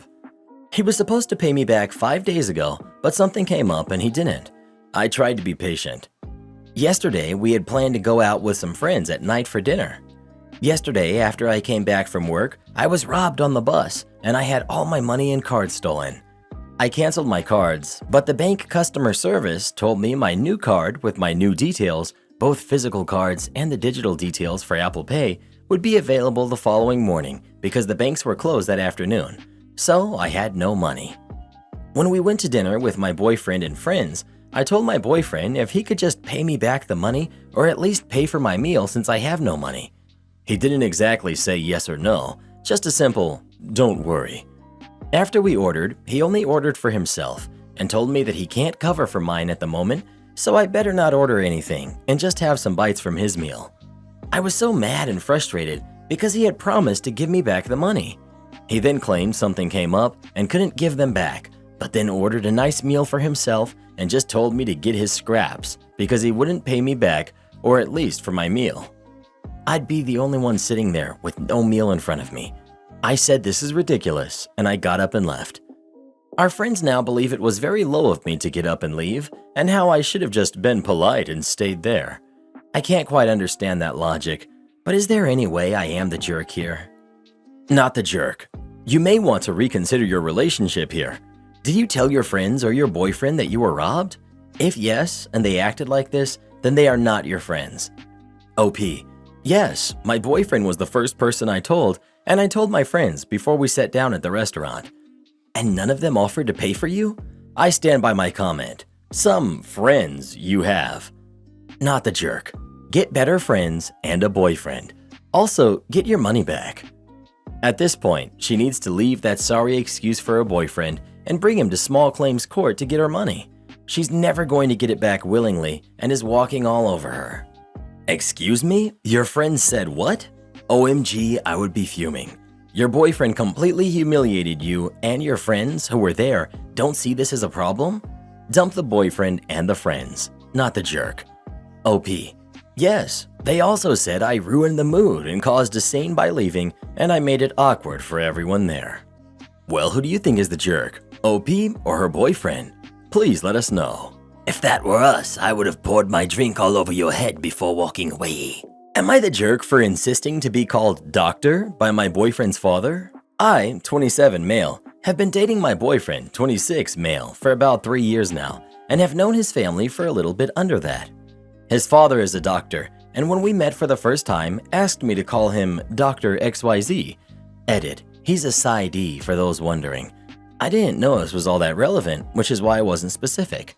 Personally, I think this is weird, especially since he still insists on it despite me having known him for well over 2 years now. That being said, my boyfriend assured me it's just a matter of respect for him because that is his professional title and that I shouldn't think anything of it. He calls his father Dad or by his first name, but has told me that in the past, his dad sometimes asked to be called Doctor, similar to how someone would want to be called Sir. I just recently finished my PhD and now am officially a doctor too. Like I said, I don't put too much stock into professional titles, but it is cool to finally be done with it, and I've been bragging recently, just because it's such a big achievement for me. When meeting up with my boyfriend's family, I told everyone that I had finished my degree and they all congratulated me, including my boyfriend's dad, who told me, "Congrats, OP, but don't expect me to start calling you doctor." I wasn't really expecting him to do that, to be honest, but the way he said it really struck me, so I replied, "Why not? I've given you the professional courtesy." To which he said, "That's not the same." At this point, I'm really confused, because I didn't mean for this to turn into an actual argument, but I'm just really confused by the sudden shift attitude. I respond by saying, "I don't really see how it's different. I never understood why I should address you as doctor, to be honest, and was always told it was a matter of professional courtesy. Now, I'd like the same courtesy back, or I'm not going to give it to you anymore." The argument just sort of went in circles from there until I eventually said, "Whatever, I'm just not going to respond to you calling me by my first name anymore," and did that consequently for the rest of the night. When my boyfriend and I got back home, he got mad at me for trying to one-up his dad and causing a fight. I do feel like I could have dropped it. Like I said, I don't really care about being called doctor, but at the same time, I feel like his dad's behavior was complete BS. Not the jerk. Stand your ground, OP. You are just as much of a doctor as he is. In fact, the title doctor was originally used to reference PhDs, while medical doctors were called physicians, so the title is actually more fitting for you. Edit. OP updated his post that the dad has a PsyD, not an MD. The audacity. OP, feel free to require that he call you doctor if he continues to insist that you do the same. OP, your boyfriend's dad is somehow either too much of a snob or he has a severe inferiority complex. I know a lot of people with higher education, including medical professionals, and no one would tell their kids' partners to call them by their professional title in family situations. And I would ask your boyfriend if he's really this comfortable with his dad talking to you in such manner. His dad may be academically educated, but his rudeness and lack of manners makes him no better than a rock. No offense to rocks. If he insists on being referred to by his professional title as a professional courtesy, he should have no problem applying that logic in reverse. I think the real issue you've unearthed is it was never about professional courtesy. It was a power play on his part. Not the jerk. Not the jerk, but your boyfriend and his dad are. His dad's behavior is ridiculous, making you call him doctor in non-professional circumstances, and it sounded insecure of him to announce that he wouldn't give you any professional courtesy back once you got your PhD. Am I the jerk for not correcting my kids who told my ex's wife she's not their mother? I have 2 sons, ages 10 and 12, with my ex. We broke up over a number of issues, one of which was Emily, a woman he had worked with for years. The 2 of them grew very close, and she was always telling me how my ex deserved better than me, that I was trying to steal his family away from him. A few times, she even pretended to be his wife during work functions, and my ex would laugh them off, as well as that he was really bad with money and other stuff. After we separated, he made things official with Emily, which came as no surprise to me. Emily was even more openly hostile when she realized my ex's family still liked me and would still include me. Not to mention when she realized my boys weren't super happy she was their dad's new girlfriend. Emily actually insulted my ex's mom for saying I was the best mom when they were all having a family dinner. My ex got a firm warning from the judge about using Emily to do exchanges of our boys and to deal with custody issues. This was after her confronting me a number of times during exchanges in front of my kids, and of her showing not just hostility, but saying things that could be taken as alienation of a parent. He continued to allow this, and X was fined for breaching the judge's orders. He was told if it happened again, custody would be modified. Recently, there has been an increase in the anger towards me. Emily is unable to have kids, and she wanted the boys to consider her a mom. They asked me for help, and I said nope, that Emily was not their mother, and I wasn't going to encourage them to consider her one after the years of mistreatment from her. The boys had an award night back at the start of June at school, and while there, Emily told the boys to get in photos with her for the school newsletter. They said no. She told them she wasn't asking. They said she wasn't their mom, so she couldn't say that. My ex scolded the boys, but I said nothing. X and Emily said I should have backed them up and not allowed disrespect. I told them I did not find what they said to be disrespectful. They have claimed I'm a bad parent and I should not have let my kids get away with that, and that I'm teaching them to be disrespectful, etc. So now, here I am to find out. Am I the jerk? Not the jerk. They stated facts. Also hilarious that they're complaining about not showing respect. Does this behavior qualify going back to get the custody modified in your favor? Because honestly, your boy's mental health is going to be continuously harmed by these two jerks. Am I the jerk for telling my friends and partner they're not the most important aspect of my life? So I, 18 female, recently got an amazing opportunity to study abroad, and I couldn't be happier or more grateful for it. I would be moving to an entirely different continent, and I'll be gone pretty much the rest of my life, meaning I want to make a life abroad and not get back to my country once I finish my degree. My family knows this, and it's completely okay with it. However, my friends and partner didn't seem so thrilled. They said it could be dangerous to go out on my own, and that I'm practically burning bridges with them by getting to the other side of the world. At first, I brushed it off as a completely justified concern and assured them we could still be friends and promised to visit often. I also told my partner that I understood having a virtual relationship would be tough and not for everyone, and I told him I would totally understand if he needed time to think about it or just break it up and remain friends. But it was getting annoying, especially with my partner. He said I wasn't even giving a chance to the life I could have with him in our home country, and that I wasn't really thinking of everyone that loved me and didn't want me gone. My friends supported him and ganged up on me this past week. I was fed up at that point and told them they were a far cry from being the most important thing of my life, and that this is the future I've always imagined for myself. After that, everyone got mad at me, and my partner told me to never contact him again. The rest of my friends have been ghosting me. I know the phrasing wasn't the best, and they have a right to think I'm insensitive and to be mad at me. I also know an apology is in order for the way I expressed myself, but I also think I did what was best for myself, and honestly, what I said was the complete truth. My mom thinks I should just board the plane and never spare them another thought, but some of my cousins think I went too far and I was a big jerk. Edit. Hi. First, I'd like to thank you all for your kind and encouraging messages. I really appreciate your kindness and advice. I'd also like to clarify, everyone knew I was going to leave one way or another. It was all I talked about when the topic of plans for the future popped up. My ex knew this too, as we were close friends before being together, but we both avoided the topic and just focused on the moment and seeing how our relationship would develop. I admit it wasn't the most mature thing to do, but being 15, there wasn't really much room for rationality. Finally, my decision is final. Only divine intervention would stop me from doing this. I was just conflicted to whether or not I should apologize. I agree with your mom. If they cared for you, they would want the best for you to be happy, not want to hold you back. Not the jerk. Yeah, this screams of the crab mentality. It's 2022. There's nowhere in the world that is more than 2 days of flying away. The friends and partner just seem jealous of OP's opportunity.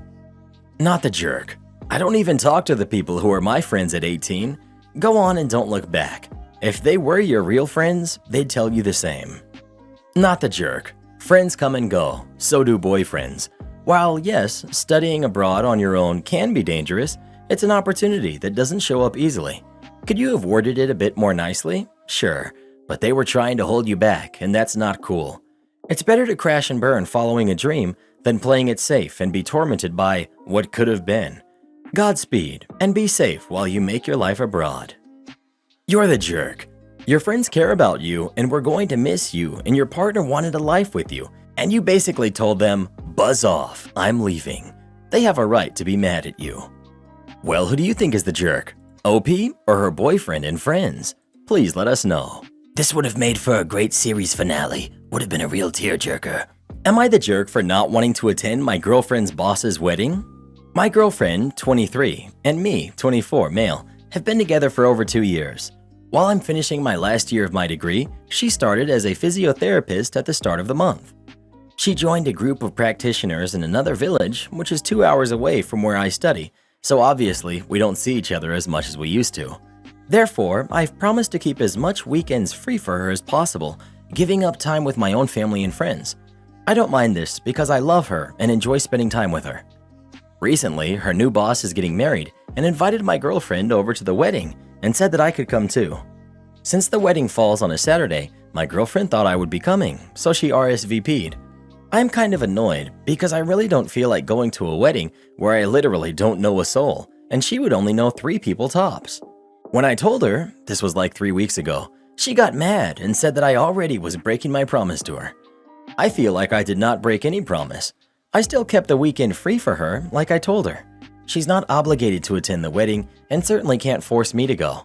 I told her she can go if she wants to, but that it will be without me. If she wants to spend time together, she will not go. She's still calling me a jerk over this. She's still mad at me and brings it up anytime she can, which drives me nuts.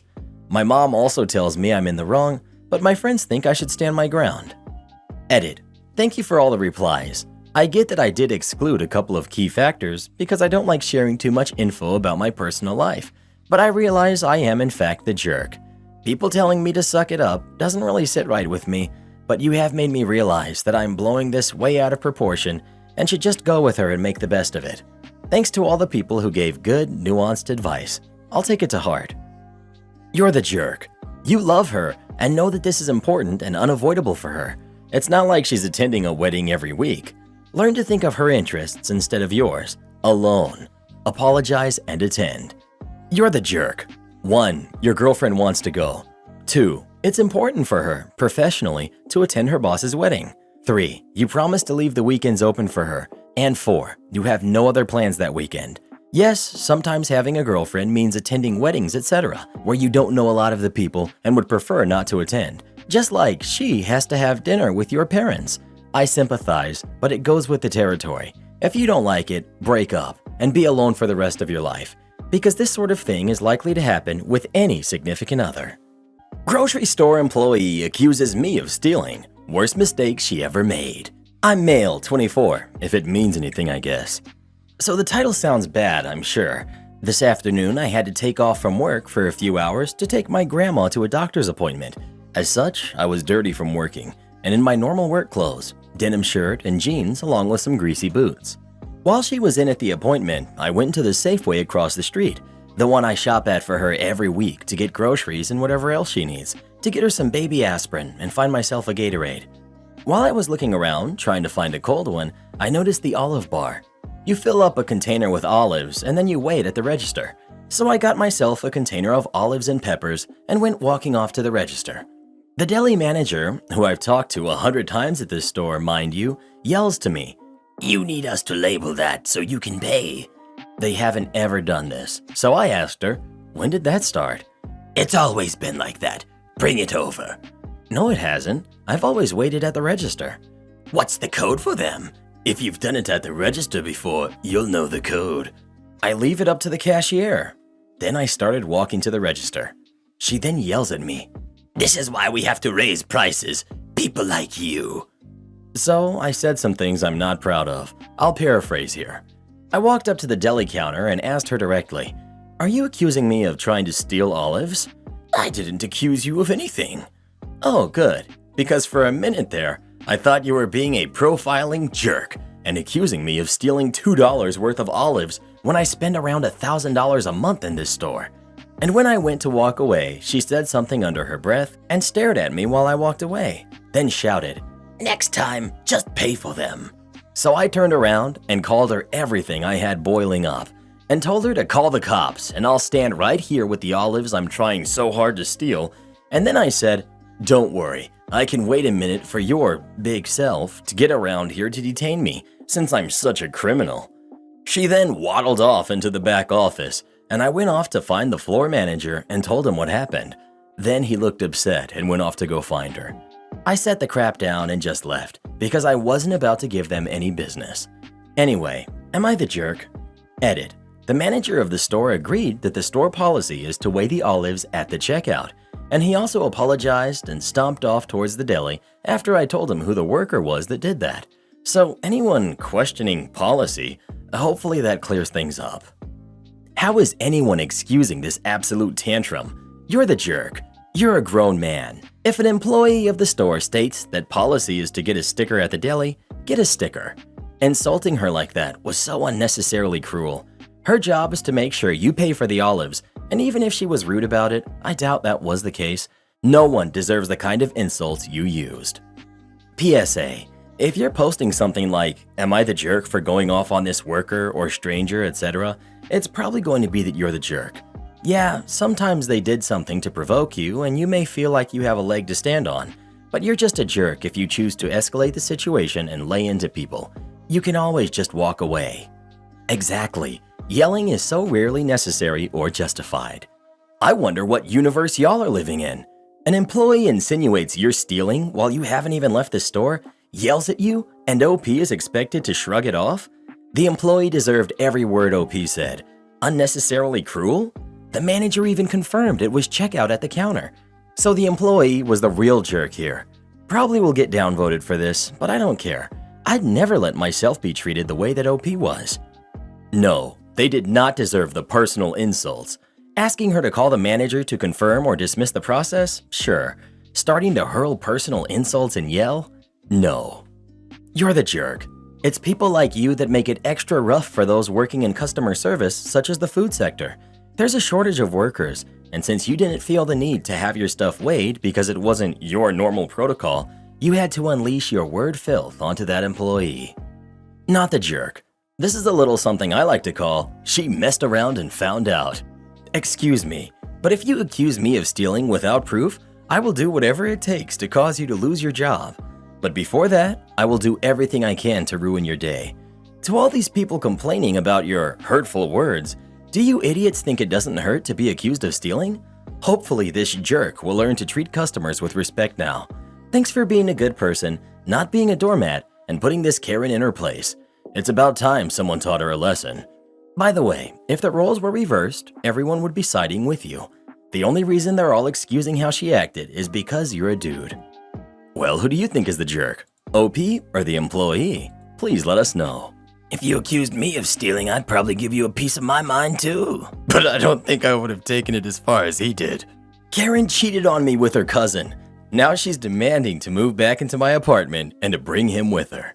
So I, 21 male, have an ex, Angelica, 20 female. Angelica and I had an on and off relationship since we were about 15, but we got serious when lockdown hit and I had to move back to my hometown. We got an apartment together, and very soon after, she started spending a lot of time with her cousin. Long story short, she's been hooking up with him. We break up. We've been broken up for 9 months at this point. For 7 of those months, her phone has been on my phone bill, and she owes me over $500. Fine, whatever. I'll never see that $500, and she always makes excuses to pay me back. That's life. My own fault for letting her keep using me as a cash cow. She also took my car when we broke up, and I let her because I was too afraid she would try to take my apartment too. Anyway, it's 9 months past our breakup. I get a message. Hey, I'm pregnant. I'm on my way home from work, so I don't respond. That's 9 months past being my problem. It's not my baby. She messages me again. My boyfriend, the one she cheated on me with, and I have nowhere to stay. Still, 9 months past my problem.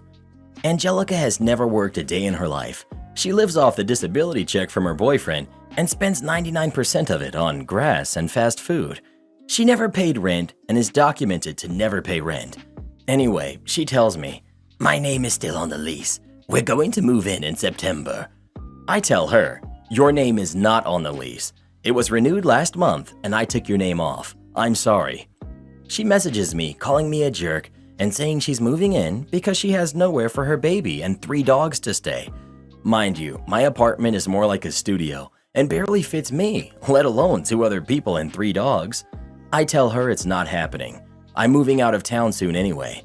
Also, come pick up her crap that she left at my apartment for 9 months. She says no, and if I throw it away, she's going to press charges. I tell her it doesn't matter, because when I move out, I'm throwing it away. She later called my landlord and told him I was planning to move out. I got upset at this and told her I ran the numbers on the car. It's still in my name. Get the car out of my name now, or I'm repossessing it, or she can leave me alone. She started bawling on a call, asking how I could do this to her and her unborn kid, and I was condemning her and her kid to be homeless. I'm really considering repossessing the car since it was mine from the start, and it still is in my name. She doesn't deserve to get a free car handed to her. She needs to wake up. She keeps saying she needs a place to stay. I'm ruining her and her baby's life. It's literally my apartment that she has never once paid rent on. I don't know how she thinks she's entitled to just live in my apartment with a guy she cheated on me with and 3 dogs. I hope the baby ends up okay, It's not its fault its mother is a spoiled brat, but I also hope being homeless and carless wakes her up. Am I the jerk for getting a medical practice shut down after leaving them a bad review? I, 20 female, moved to a new state 2 years ago. I have several chronic health problems and I needed new doctors. I looked online and found a few practices that sounded good. I even asked on Facebook for suggestions from people who have the same illnesses I do. Anyway, I made an appointment with a practice and saw the nurse practitioner. The appointment went normal at first. I saw the nurse and gave her the rundown of my diagnoses and medications I'm on, as well as doctors I would need referrals to see. The nurse wrote it all down and even asked me detailed questions about my illnesses, so I thought it was going good. Then I saw the nurse practitioner. She read my chart and also asked some questions which I answered. Then she asks me what specialties I wanted referrals to. This is where it went wrong. I told her I needed to see a neurologist, gynecologist, and gastroenterologist. I had seen many doctors in those specialties before and even brought my former charts to give her. She told me, "You don't need to see a neurologist. There's no reason for you to." I told her I did because she can't prescribe some of the meds I was taking. "Well, you don't need those. There's no indication for that." I said, "Okay." She then asked why I wanted to see a gynecologist. I said, "Because I'm having XYZ issues, and my former gyno before I moved wanted some further testing based on my symptoms." "Oh, you don't need to see one. Everyone goes through that." I told her that I had been in the ER every month for 6 months straight with how bad my cramping had been. She still refused. Regardless of whether you think there's a problem that requires a gynecologist or not, it's my right to see one. Last but not least, she asked why I wanted to see a gastroenterologist. I had been having a really hard time keeping food down and was in a lot of pain every time I ate. She looked at me and said, "Oh, you're too big to have any problems there." I left crying that day. I went home and told my mom what happened, and she suggested I report her to the medical board. So I did. I didn't have any evidence, technically, so they couldn't really do anything. So I did what most people would do and made reviews online and posted about my experience in the local groups online. I got a phone call from their office manager asking me to take them down because people were leaving their practice. I wasn't the only one to come forward about how they treat patients. The office manager told me I should have just called them or came in to talk about it. I did not feel comfortable doing that. Am I the jerk for not going in and talking about it to them instead of blasting them on social media? Edit for those asking for clarification. The investigation took a few months. Once I was told the board couldn't do anything, I took to social media. The office reached out to me at that point asking me to take my posts down. I didn't. It's been almost a year since they asked me to take them down. They no longer are in business.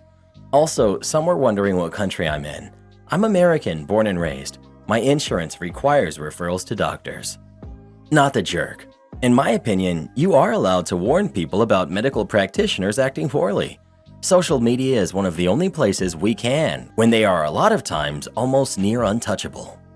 I agree. OP, you did other people a good service by posting that review, as it allowed others to have the strength to come forward and leave the practice, whereas before your review, they probably thought it was them who were in the wrong, not the practice. Not the jerk. Trust me, as someone who basically lived in and out of hospitals my entire life, you cannot trust any medical professionals, and most of them are just scum people who will accuse you of lying no matter what you are saying, and even if it is true. Have there been times where I've lied to them? Sure, but it's only because I needed something that they weren't willing to give me because they are greedy and they find joy in harassing people like me. This is why I have no problem with my medical debt, which is over $500,000 at this point, that I will never even attempt to pay back. You take advantage of my illness, I will take advantage of your crappy hospital. I'm even to the point where if I can steal something from the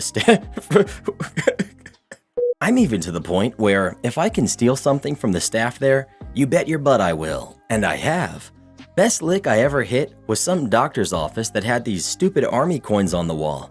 I took every single one of them and bolted, made over $2,000 pawning that crap, and was able to buy what I actually needed from a friend. Gotta love karma. Well, what do you think? Was OP the jerk for leaving that review or not? Please let us know. Reviews should always be honest. OP did nothing wrong. Now, as for that last commenter, on the other hand, you want me to read the lease? If you say so. Backstory. I moved to the Big Apple in April from LA and signed a lease for an apartment sight unseen. It was the same price as my LA apartment, but while in LA, $1,350 gets you a master bedroom with a walk-in closet, private bath, and 3 roommates, in New York City, for the same price, they've turned my closet into the bathroom, and I now weigh 135 pounds thanks to the 7 flights of stairs that I had to walk up every day. Some days I would raise my arms to put on deodorant and scrape my elbows on the ceiling. One of my 5 roommates was an RN though, so there was the upside. The only saving grace was that this apartment was pet-friendly and had an in-unit washer and dryer. I hated living there, and after 2 months, when my job said I could work remotely, I packed up and went to the Caribbean. While I was there, I won the New York City housing lottery. For the first time in my life, I could afford to live by myself in New York City, of all places. I'd read in forums that landlords are usually pretty happy for tenants when they win and let you out of your lease no problem. Present. So in my optimism, I sent the management company an email letting them know that I won the lottery and wanted to discuss terminating my lease early. They told me to speak to the brokerage to get my room filled. The brokerage told me that I would need to pay a broker's fee of $1,350 and still pay rent until they filled the unit, or I could try and fill it myself. I find a guy who is already applying with a broker for another unit and he wants my room. Then management says they want the guy I found to pay $1,400. This is genuinely the worst apartment that I've ever lived in, and I don't feel right trying to get someone to pay $1,400 for this room. I'm in a bit of a time crunch as new guy wants to move in August 1st, so I need to hire movers to take my stuff to storage the next day. But if I don't get the approval from management that everything is good to go on their end, then there's no point. So I need management to agree to let this guy take over my lease for the price that is on my lease. I argue that a new price would be a new lease, and if they want to do that, they would have to release me from the lease and market the apartment at this new price point.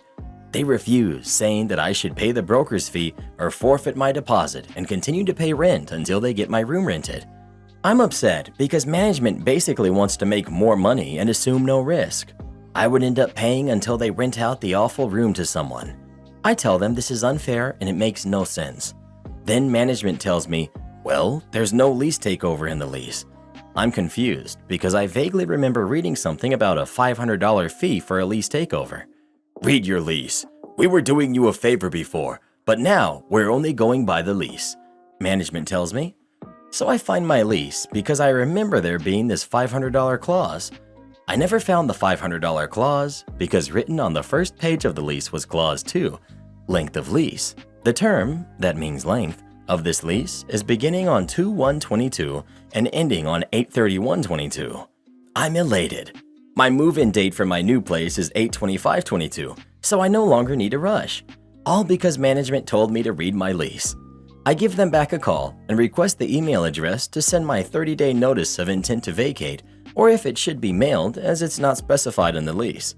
Management tells me that I can't break the lease. I tell them I'm not. It ends next month.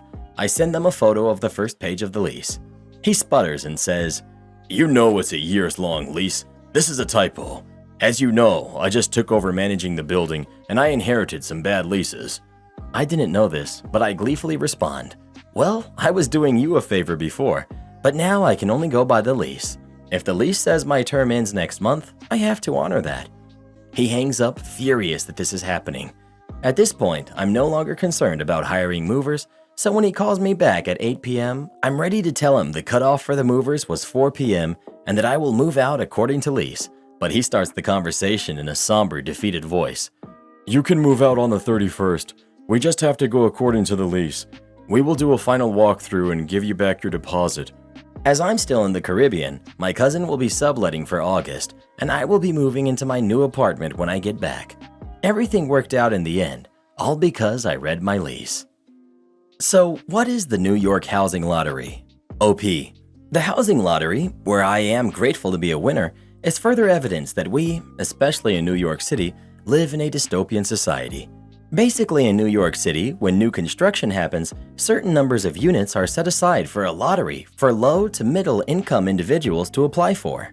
In exchange, the developers get tax breaks, so in the case of my unit, although it is built specifically with the intention of being a lottery unit, red, smaller, and different finishes, it would be at a market rate of probably $6,000. As a lottery winner, I'm paying $1,900 for the amenities included. Tens of thousands of people apply on the Housing Connect websites, so they randomize the numbers, and there are certain things you can do to improve your odds, but it is ultimately a lottery. Thanks. My sister lived in New York City a long time ago, had 2 apartments in Manhattan before she bought a condo in Fleetwood. She told me one was $900 a month, and it was about 30 years ago. It was basically an oversized closet. Am I the jerk for my response when my boyfriend brought up the apartment purchase in front of his family? Context. I, female 29, have been with my boyfriend, Adam, male 27, for 2.5 years. He's the quiet and shy type. It's very hard to get him to open up about what bothers him. For now, I'm the one with an income. We get along easily, though he can be a bit unreasonable sometimes. Example, he doesn't cook because he's worried I won't like his food, but he still cooks for himself, and the smell is pretty telling that his cooking is good. Another example is that he doesn't even do most chores, saying he's worried he might break or damage something. It's frustrating, but we're working on fixing it. Now, onto the more complicated issue. I'd put money aside since 2015 to buy an apartment, and I'm finally able to get it done this year. When I told him this, he got agitated and said I should wait a little longer until we're married, but I said no. He started complaining about how bad he feels about seeing me buy the apartment myself without having him contribute. I asked what I was supposed to do because it kind of sounded like a he problem. No offense, but he got so worked up and gave me 2 options. 1 is I put his name on the title. 2 is not to buy the apartment until marriage, so it'll become a shared marital asset. I said no, and that was final, and he should drop it. He did eventually. At his family's house, I was taken aback when he started complaining about the apartment and again told me to either put his name on the title or wait until marriage to buy it, because he feels like there's a huge power imbalance here and that he can't bring himself to accept it. He also said that it makes him feel like he contributes nothing. Well, does he? I snapped and said, the reason you feel like you contribute nothing is because you literally contribute nothing, and I suggest you fix that by actually finding a job and having a decent income. His family looked shocked. He glanced at me, then got up and walked away. I waited for him to come back, but he had to go home because his mom said he felt too overwhelmed and wanted some space. She then basically started shaming me for my statement and hinted about financial mistreatment and control over her son. He's not home yet, demanding another call about the apartment, probably expecting me to agree to one option. Edit in case it matters. He has a disability that limits his job opportunities. Not the jerk. 1. Second paragraph sounds a lot like weaponized incompetence. 2. He brought it up in front of family to get mama to back him. 3. He sounds like a bit of a leech, to be honest. 4. For what reason does he want his name on the title if he hasn't put money into it? The answer to that is so that he can break up with her, force the sale, and get money out of it. He doesn't have a job, so that would be the only way he's getting any money. Not the jerk. He doesn't cook, clean, or have a job. Why are you with him? He does cook, just not for her. In summary, my unemployed boyfriend who does no housework, refuses to cook, only for me, he will happily cook for himself, and contributes nothing financially, expects me to give him half of my apartment. He wants this to be a marital asset because he wants to be able to take half of it freely when he walks away. Girl, you are not the jerk, but why are you even in this relationship? So basically, he's insecure about the fact that you have enough money to buy your own place. He's then insisting that you do something that will allow him to have some ownership of it without earning it.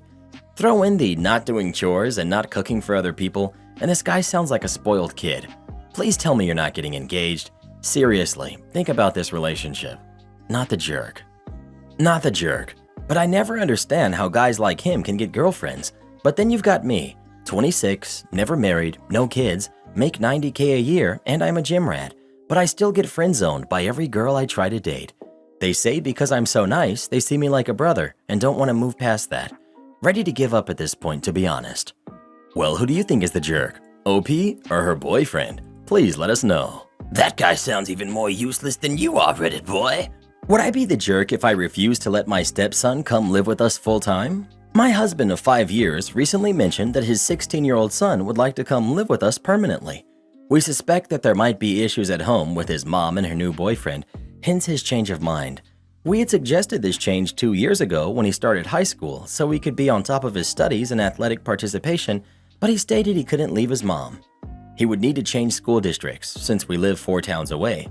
My husband works 14 days out of state and is home 5 days.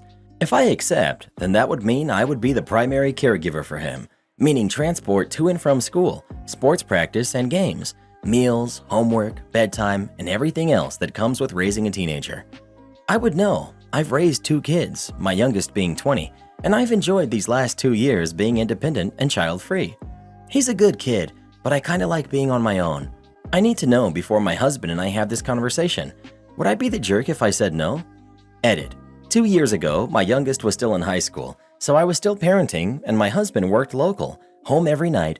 Now my kids moved away for college and the hubby is only home 5 days out of the month on average. These past 2 years, I've been working on my personal growth. I set a schedule and routine to fix my physical and mental health, and it's finally working. 16-year-old can't drive yet, but even if he could, we can't afford to purchase a vehicle, plus added insurance and school parking permit, not to mention gas and maintenance. Teenagers still require a lot of parenting. My kids had a strict 10 p.m. bedtime till they finished high school. If not, they would not wake up in time, making us all late for school and work. Yes, you would be the jerk, and he'd resent you and his father for the rest of his life. Edit for all the people disagreeing with me. I'm not saying she should take on all the responsibility here. Dad is absolutely also the jerk. I guess it's more of an everyone sucks here except the kid. But he's 16 and can presumably take care of himself mostly. The you would be the jerk is more about whether or not she wants to maintain a relationship with the kid. If he's rejected, their relationship isn't going to go smoothly and he's going to resent everyone. I mean, how sad for the kid. 2 crappy step-parents who don't want him and make him miserable. And 2 crappy biological parents who allow their spouses to displace their kid from their homes. It's not that she doesn't want him, it's that she doesn't want to become the sole and primary caregiver, which to be honest is a fair position. If her husband wants the son to live with them, and he absolutely should since this is his kid, then he needs to find a job closer to home and be there every day looking after his kid instead of outsourcing to his wife and showing up for 5 days a month. I think you should tell your husband that his son is welcome to move in when husband finds a job that lets him come home every day. It's not the son you have an issue with. It's the fact that his dad would not be there and you would be the sole parent 75% of the time.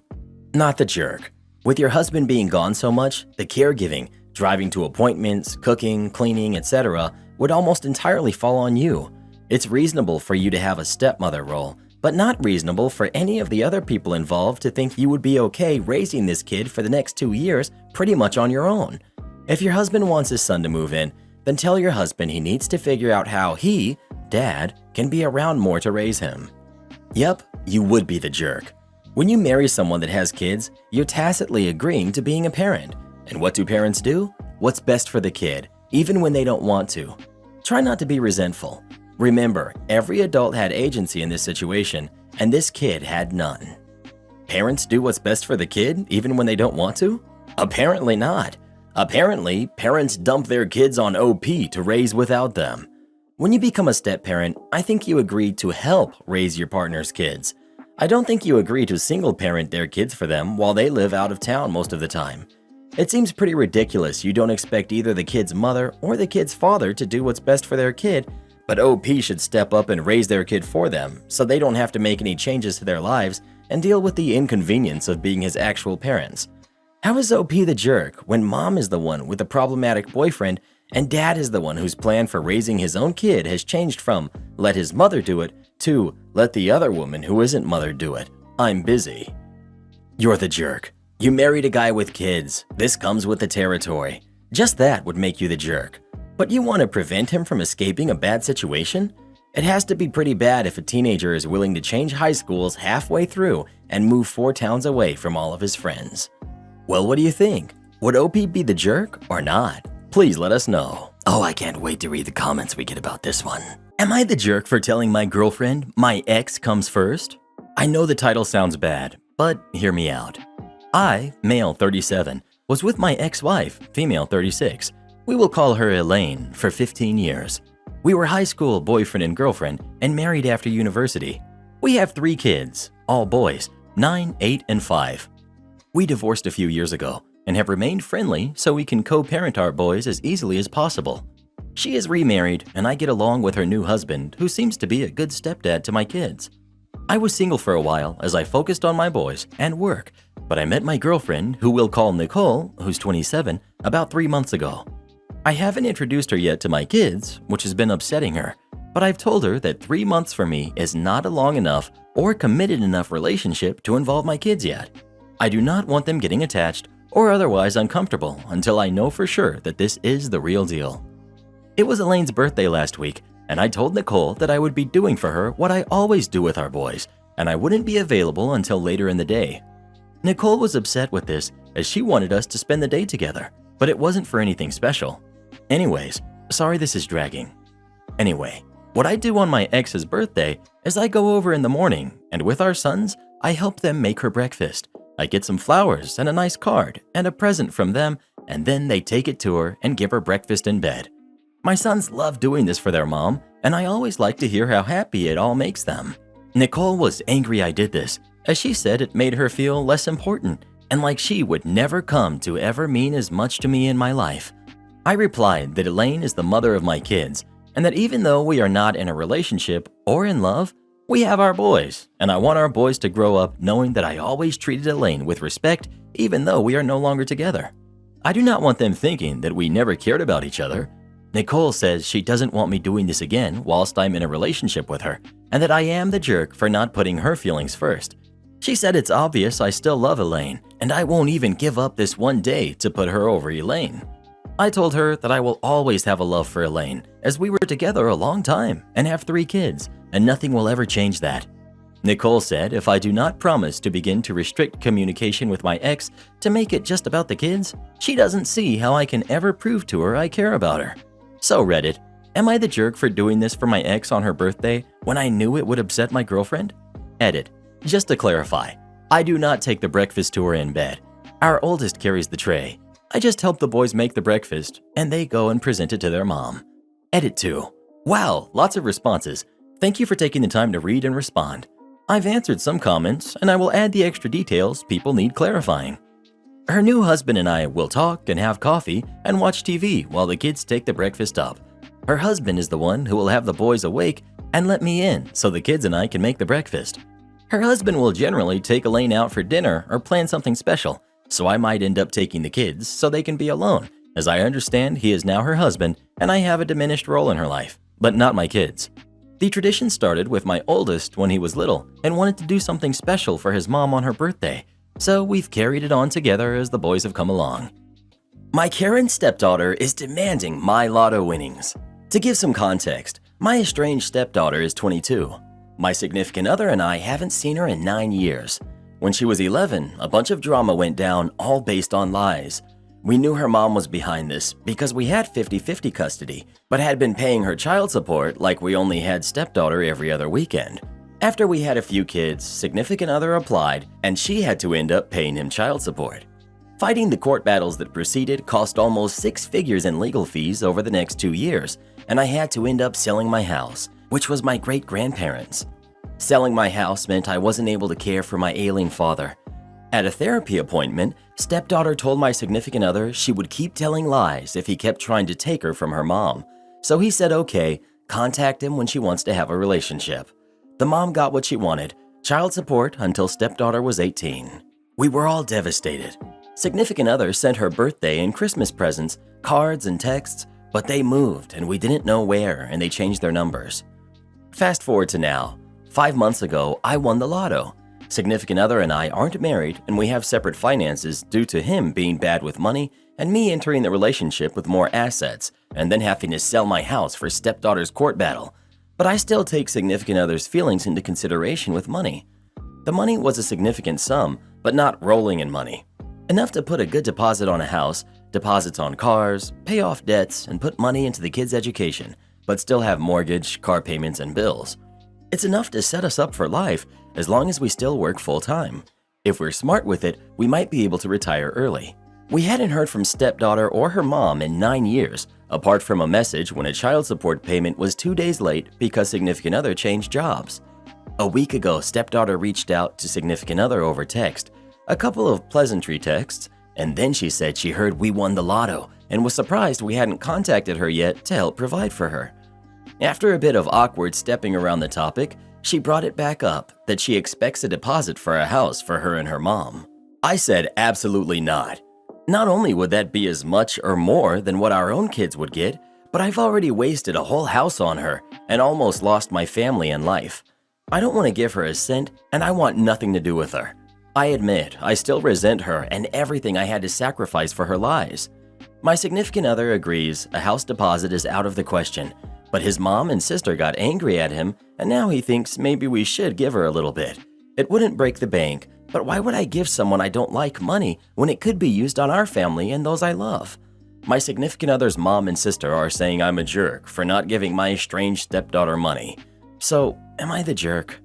Not the jerk. She wanted to tell lies to stay with her mom? Perfect. You are not part of her family, so you don't owe her anything. Not the jerk. You and significant other are not married. Her and her mom are not entitled to your winnings, and neither is significant other. Not the jerk.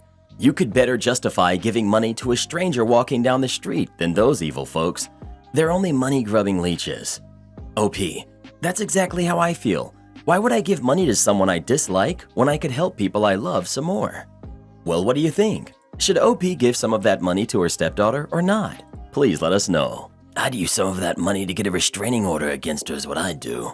I'll still have my job long after you're gone, fool. I was working at a horrible postal station. Had a piece of rolling equipment get caught in a piece of broken tile and pop up, then onto my toe. Shattered the toenail. I was lucky not to have a broken toe from it, too. So I'm on light duty, which meant I had to work the service window where people come to pick up packages, signature required mail, fill out change of address and hold mail forms, stuff like that. Remember, I have a foot injury. This means that getting around is not easy for me.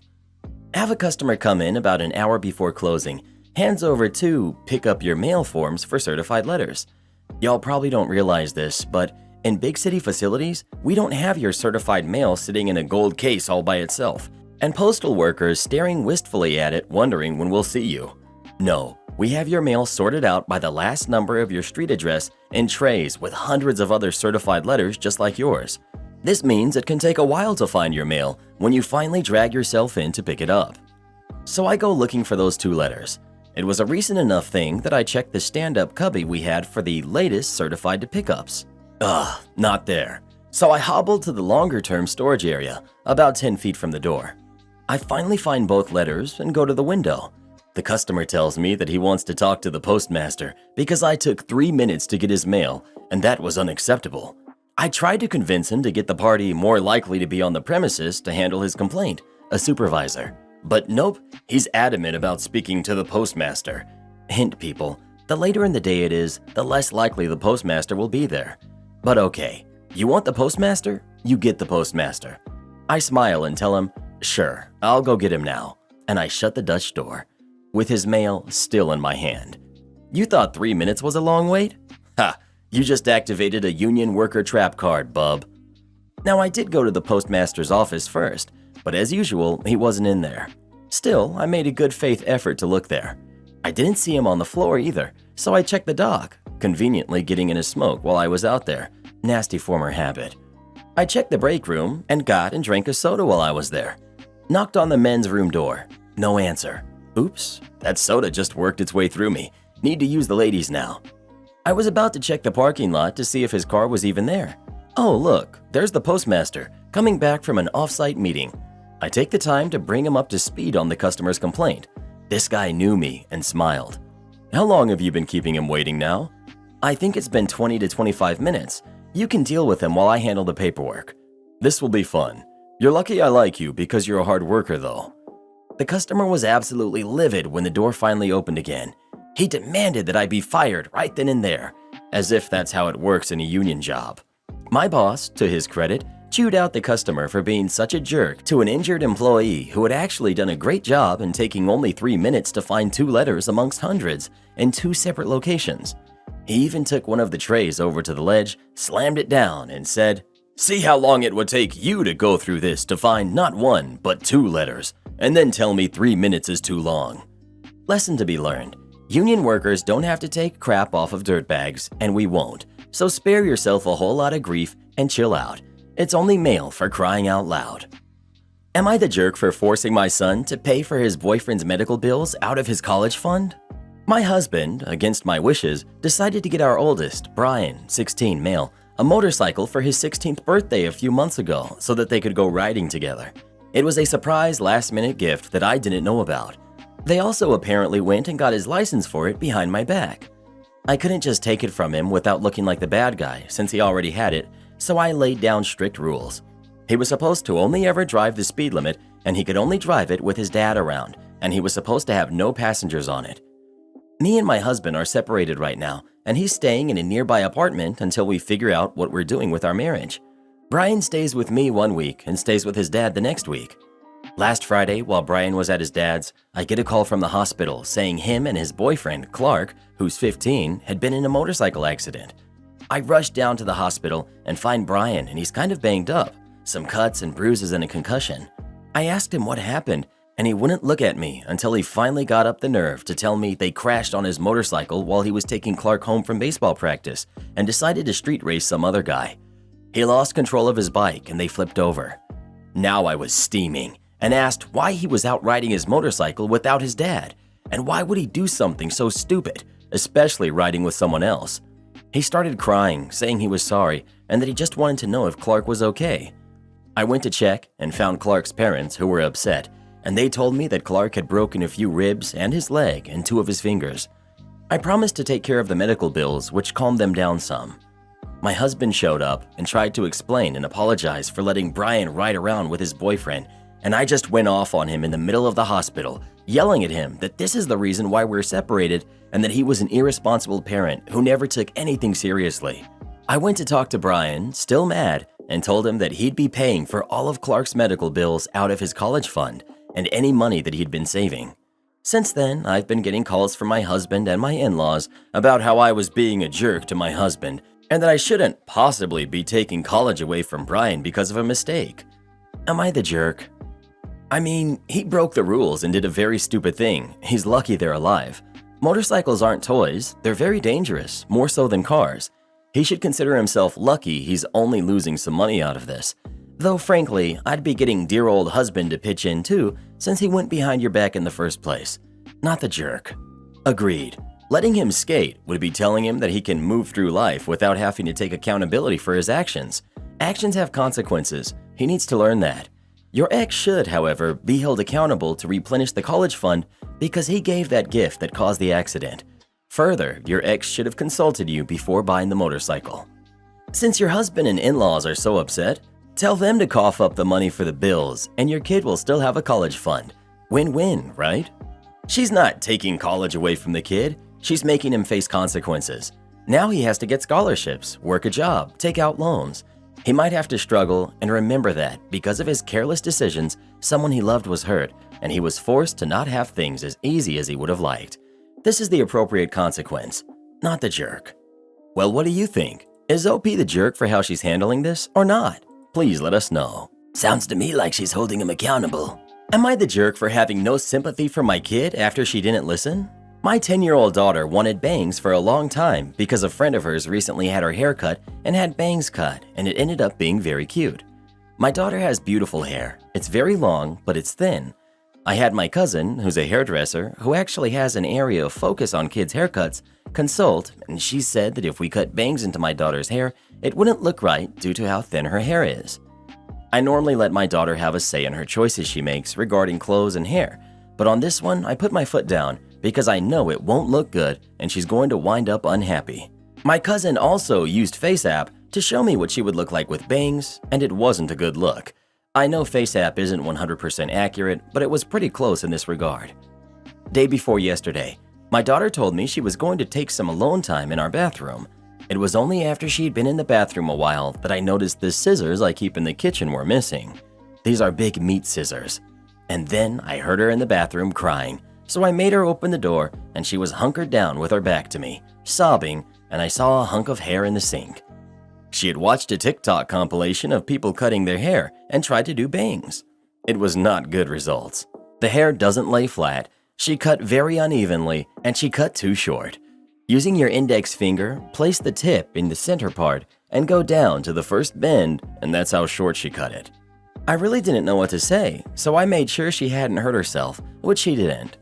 I looked at her hair, realized I wasn't going to be able to even it up myself, so I called my cousin who came over and made the cut even, but it required cutting shorter, and now her hair is messed up. My daughter is mortified and doesn't want to go into public now. She keeps begging me to fix it, even though I've explained to her, and my cousin explained it can't be fixed. So I told her, this is what happens when you don't listen. You made the mistake yourself. You hid in the bathroom because you knew it was wrong. You have to live with the consequences and wait for it to grow.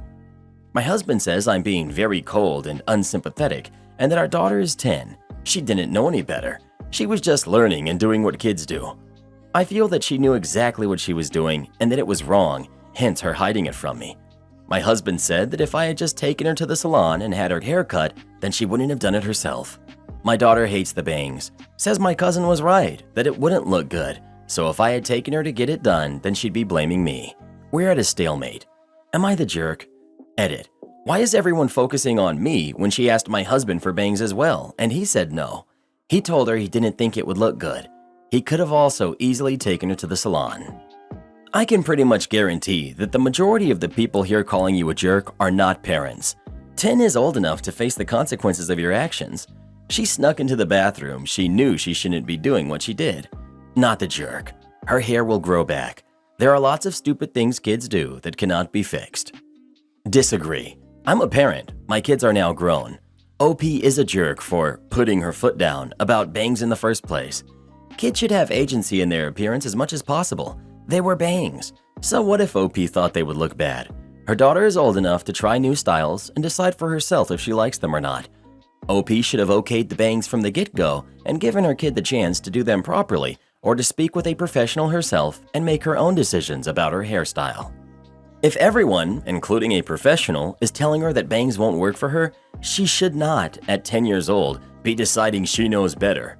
If she does, and does it herself, the natural consequences are something she can live with and maybe listen to people who knew what they were talking about next time. Let's get some perspective here. This is a very low consequence scenario. Those are the kinds of decisions you start to allow kids to make. This is how they learn. OP should have given her daughter agency to do so, with full understanding that it's her own decision. Then you have a weird haircut, a few awkward photos, and laugh about it when you're 30. Spoken from a woman who sported a mushroom cut and a mullet proudly as a kid. Pick your battles as a parent. You're the jerk, gently. Just learn and laugh with her about it eventually. You're the jerk. Yeah, this is all your fault. Your kid should be allowed to make simple decisions for herself at this age, and bangs is an incredibly minor, simple decision. Hair grows back. You should apologize to her for being overly controlling and telling her that next time she wants to do something new with her hair, you won't stand in the way. If you'd let her get the bangs and she didn't like them, you could console her and help her be patient while they grow back. Instead, you have this ridiculous mess. Not the jerk. None of you know the first thing about raising kids. Mine always did stupid things, and it wasn't my fault. I didn't raise you to be an idiot. They all got that from their dads somehow, even though they never met them. I can't stand when people try to hold parents accountable for the stupid things our kids do. It ain't my fault he's throwing rocks at your windows. What am I supposed to do? I called the police on my own kids plenty of times, and you know what happened as a result? They took my babies away. All 4 of them are now in foster homes, and court orders prevent me from seeing any of them. It is a plus in that now my boyfriend doesn't complain about them constantly, but sometimes I do miss them, even if they were little monsters. Lord willing, I'll be having twins soon with my current boyfriend, and this time we won't be losing them to the state. These kids will actually be worth a darn, unlike the others. Well, what do you think? Is OP the jerk for how she handled this, or not? Please let us know. Something tells me Reddit might not be the best place to look for parenting advice. Am I the jerk for evicting my roommate after buying the condo we rented together? I live in a small condo, around 600 square feet, with a roommate, Caitlin. We didn't know each other before moving in. She rents the bigger room and I rent the smaller one. Our landlord told us she wants to sell the condo, and I jumped in on the opportunity to buy it. She sold it to me almost 15% below market price, so it's great. I already gave her the deposit, and we will sign the papers in a few days. Then the condo will be mine 3 months from now. After me giving our landlord the deposit, Caitlin was ecstatic. She brought us champagne to celebrate, told me I'm the best, and she will save so much money from now on by not having to pay rent. I don't know where she got this from, and I thought our landlord already told her how long she has until she has to move out, but it seems not. I told Caitlin that it's a small condo, and I don't need a roommate anymore. She will have to move out in 3 months, but I'd be glad to help her look for a new place. She flipped out. She asked me if I seriously want to evict her and throw her out on the street. She said she thought we were friends, and if she had the money to buy the place, she would let me stay for free because that's what decent people do. Then she switched and started bargaining with me that I can have the bigger room and she will stay in the small room. She won't bother much and so on. I feel a bit guilty. I really thought it was given that she will have to move out. Maybe I should have told Caitlin before giving the deposit to our landlord. I feel sorry for her. I know she doesn't make a lot of money, but at 26, I don't want to live in a small room anymore, especially if I own the condo. Am I the jerk? Edit. Our landlord told us that she will put the condo on the market in a few weeks, but we don't have to worry. She will tell the new owner that she won't give over the keys right away, so we have enough time to look for a new place. We are a month to month. I didn't think Caitlin would think she didn't have to move out anymore just because I'm the one who bought the condo. As for the legal issues, where we live, there's no such thing as a lease continuing with the new owner. I can't evict Caitlin because I'm not the one she has a contract with. Her lease is with the current landlord, and the landlord has to give Caitlin a written notification, which seems like she hasn't done yet. Edit 2. I'm still buying the condo. In my first edit, I explained what our landlord told us 2 weeks ago. She first announced that she will sell soon and we will need to move out. Then I talked to her and eventually made an offer. She immediately assumed she wouldn't have to pay rent? Why? To me, this would have been a conversation of if I would be paying rent to you or if I should start looking for a new place. You gave her ample time to find a new place and offered to help look. Not the jerk. That's the part I don't understand either. Pretty entitled for someone to assume that they don't have to pay rent somewhere. OP is not the jerk at all. I'm disturbed that Caitlin's first thought was that she would live rent-free. That is incredibly entitled. Did she think you got it for free? If you want to do a nice gesture, you could help her look for a place or help her pay for movers, etc., depending on the severity of her financial situation. But you are not entitled to keep her as a roommate, nor should you feel an ounce of regret for doing what is right for you. Congratulations on your new place. Not the jerk. Am I the jerk for asking my wife to help pay for private school despite separate finances? I've been married to Stella for 7 years now. Together, we have 5 kids. Daughters from my previous relationship, Kira, who's 11, and May, 7, a son and daughter from Stella, Brianna, who's 13, and Jaden, who's 8, and a son together, Lucas. My 2 are 50-50 custody, while my stepkids only see their biological father every second weekend. My wife and I agreed to split finances and have mostly kept separate aside from a joint account for essentials, bills, groceries, house, etc. We both used to be high earners, though had terrible hours. When our parental leave for Lucas was finishing, our kids begged us to not go back to work, that they hated the before and after school care and wanted us. In the end, my wife went back, but I quit and got a new job. It was much lower pay, but essentially school hours, so I was able to be there for our kids. Stella has been paying more of our joint expenses, but otherwise it's been fine. I wouldn't say the split has been firm though. I do buy stuff for my stepkids or pay when I take them all out. It's more the big payments that are separate.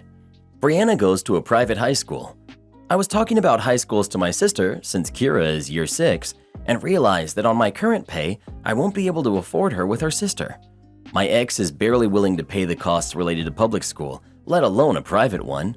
The school is so much better than the nearby public school, and I know Kira wants to go to her sister's school. So I tried to talk to Stella and asked if she would be willing to help.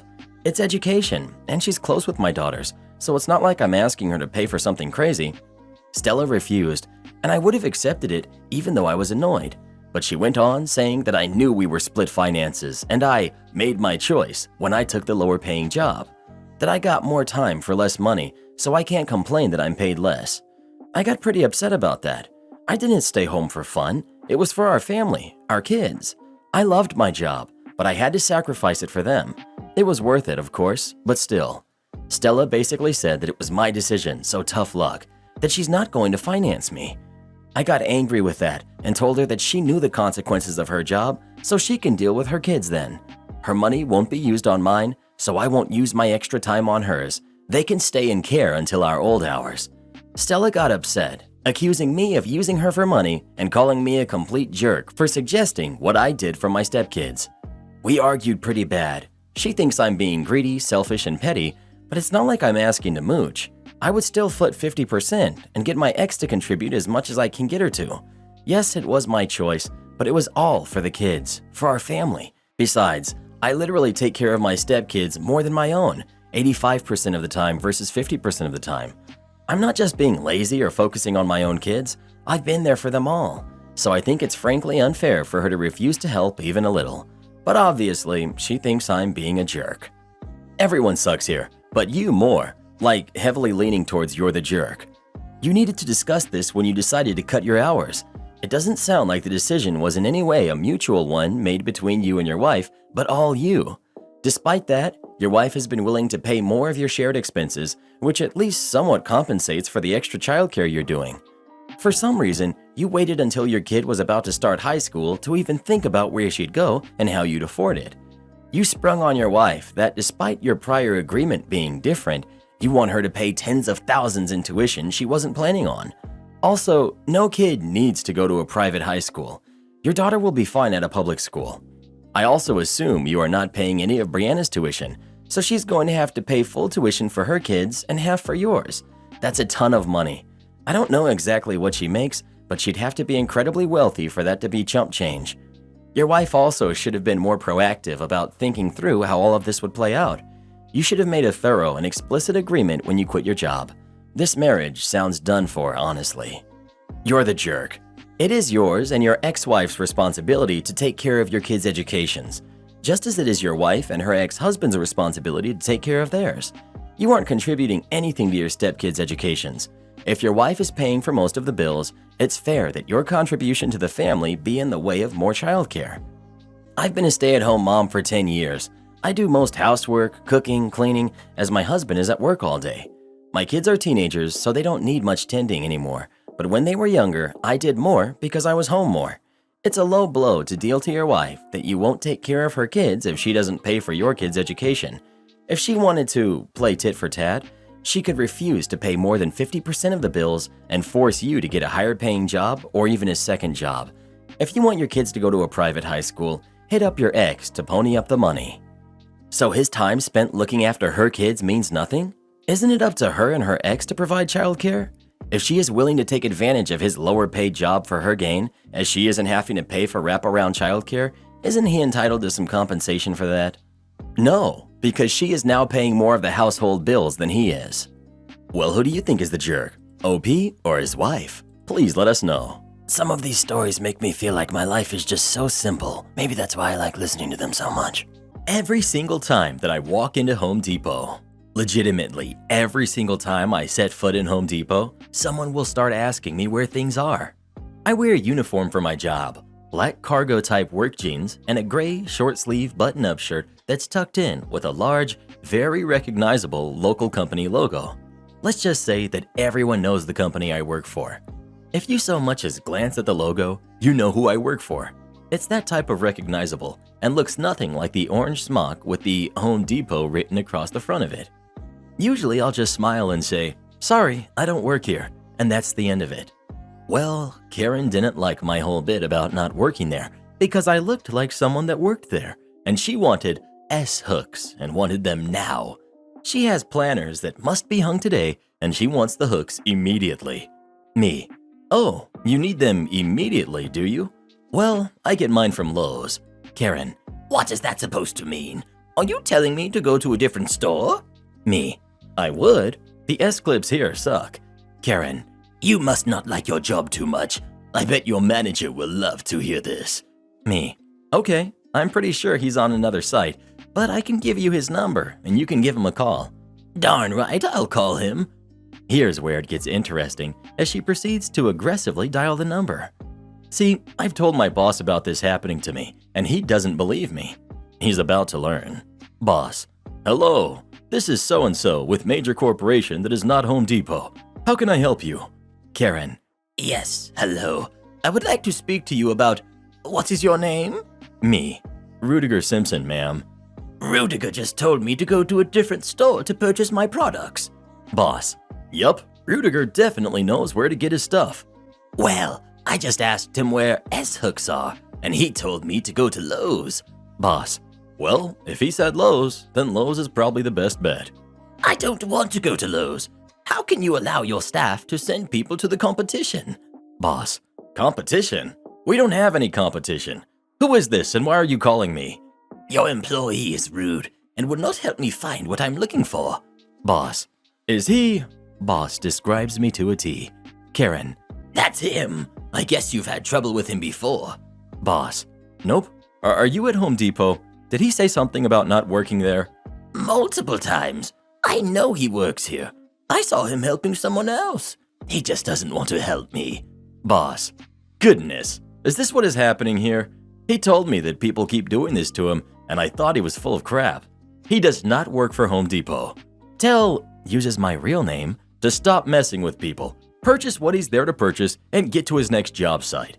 I'm not paying him to hang out in a hardware store dealing with morons. Karen. Did you just call me a moron? Because I want someone to do their job? Yes. Yes, I called you a moron because he then launches into a tirade about orange smocks and how I don't work there. Something about wasting time, yada yada. Karen. You are also extremely rude, and I want to speak to your manager. Boss. Wow, okay. I can absolutely guarantee that you do not want to waste his time with this, but here is his number. Feel free to explain it to him. I can hardly wait to see what his reaction is going to be. But until then, my employee is going to need to finish his shopping and get back to work, if that is okay with you. I would suggest either going to Lowe's, where he said you could find your clips, or find a Home Depot employee. Then he hung up. Me. Phone rings. It's the super, so I put it on speaker. Hey, what's up? Boss. Holy cow, I just got a call from some nut that thinks you work at Home Depot. Haha, you weren't kidding. I gave her Big Boss's number. He's going to laugh his butt off when she calls. She literally will not hear that you don't work there. Me. I know. She's still here and still expecting something. I'll deal with this and call you back. I just wanted you to hear it from her own mouth before the inevitable complaint comes in. Karen. This is unacceptable. I'm going to call the corporate office and tell them all about this situation. Me. Okay, I can make it super easy with a direct line. Here is the 3-digit number needed to call and make a complaint, or you can go on the website. But that's the major corporation's contact number. Me. I know, because that is who I work for, not Home Depot. But you said you worked here, and I need help. Goodness, lady. Okay, you got me. They are in aisle 4. I then turned my back and walked away to get my stuff. I'm walking towards the cash when I see Karen, and who I'm guessing is the store manager. As soon as she sees me, she starts pointing and saying, That's him. That's the employee that told me to go to Lowe's. Manager.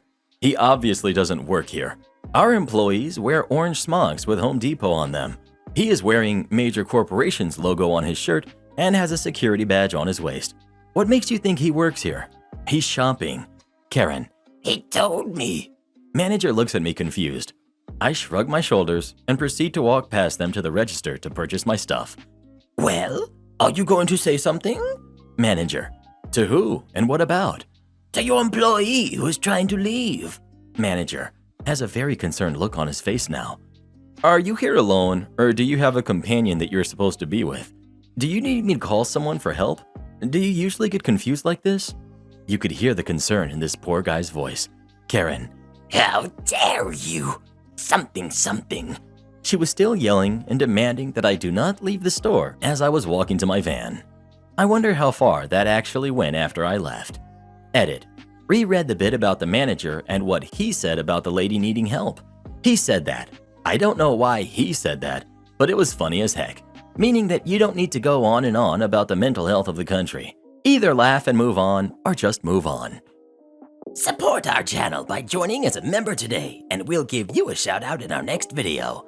Or come watch this video next. You won't believe what Karen does in that one.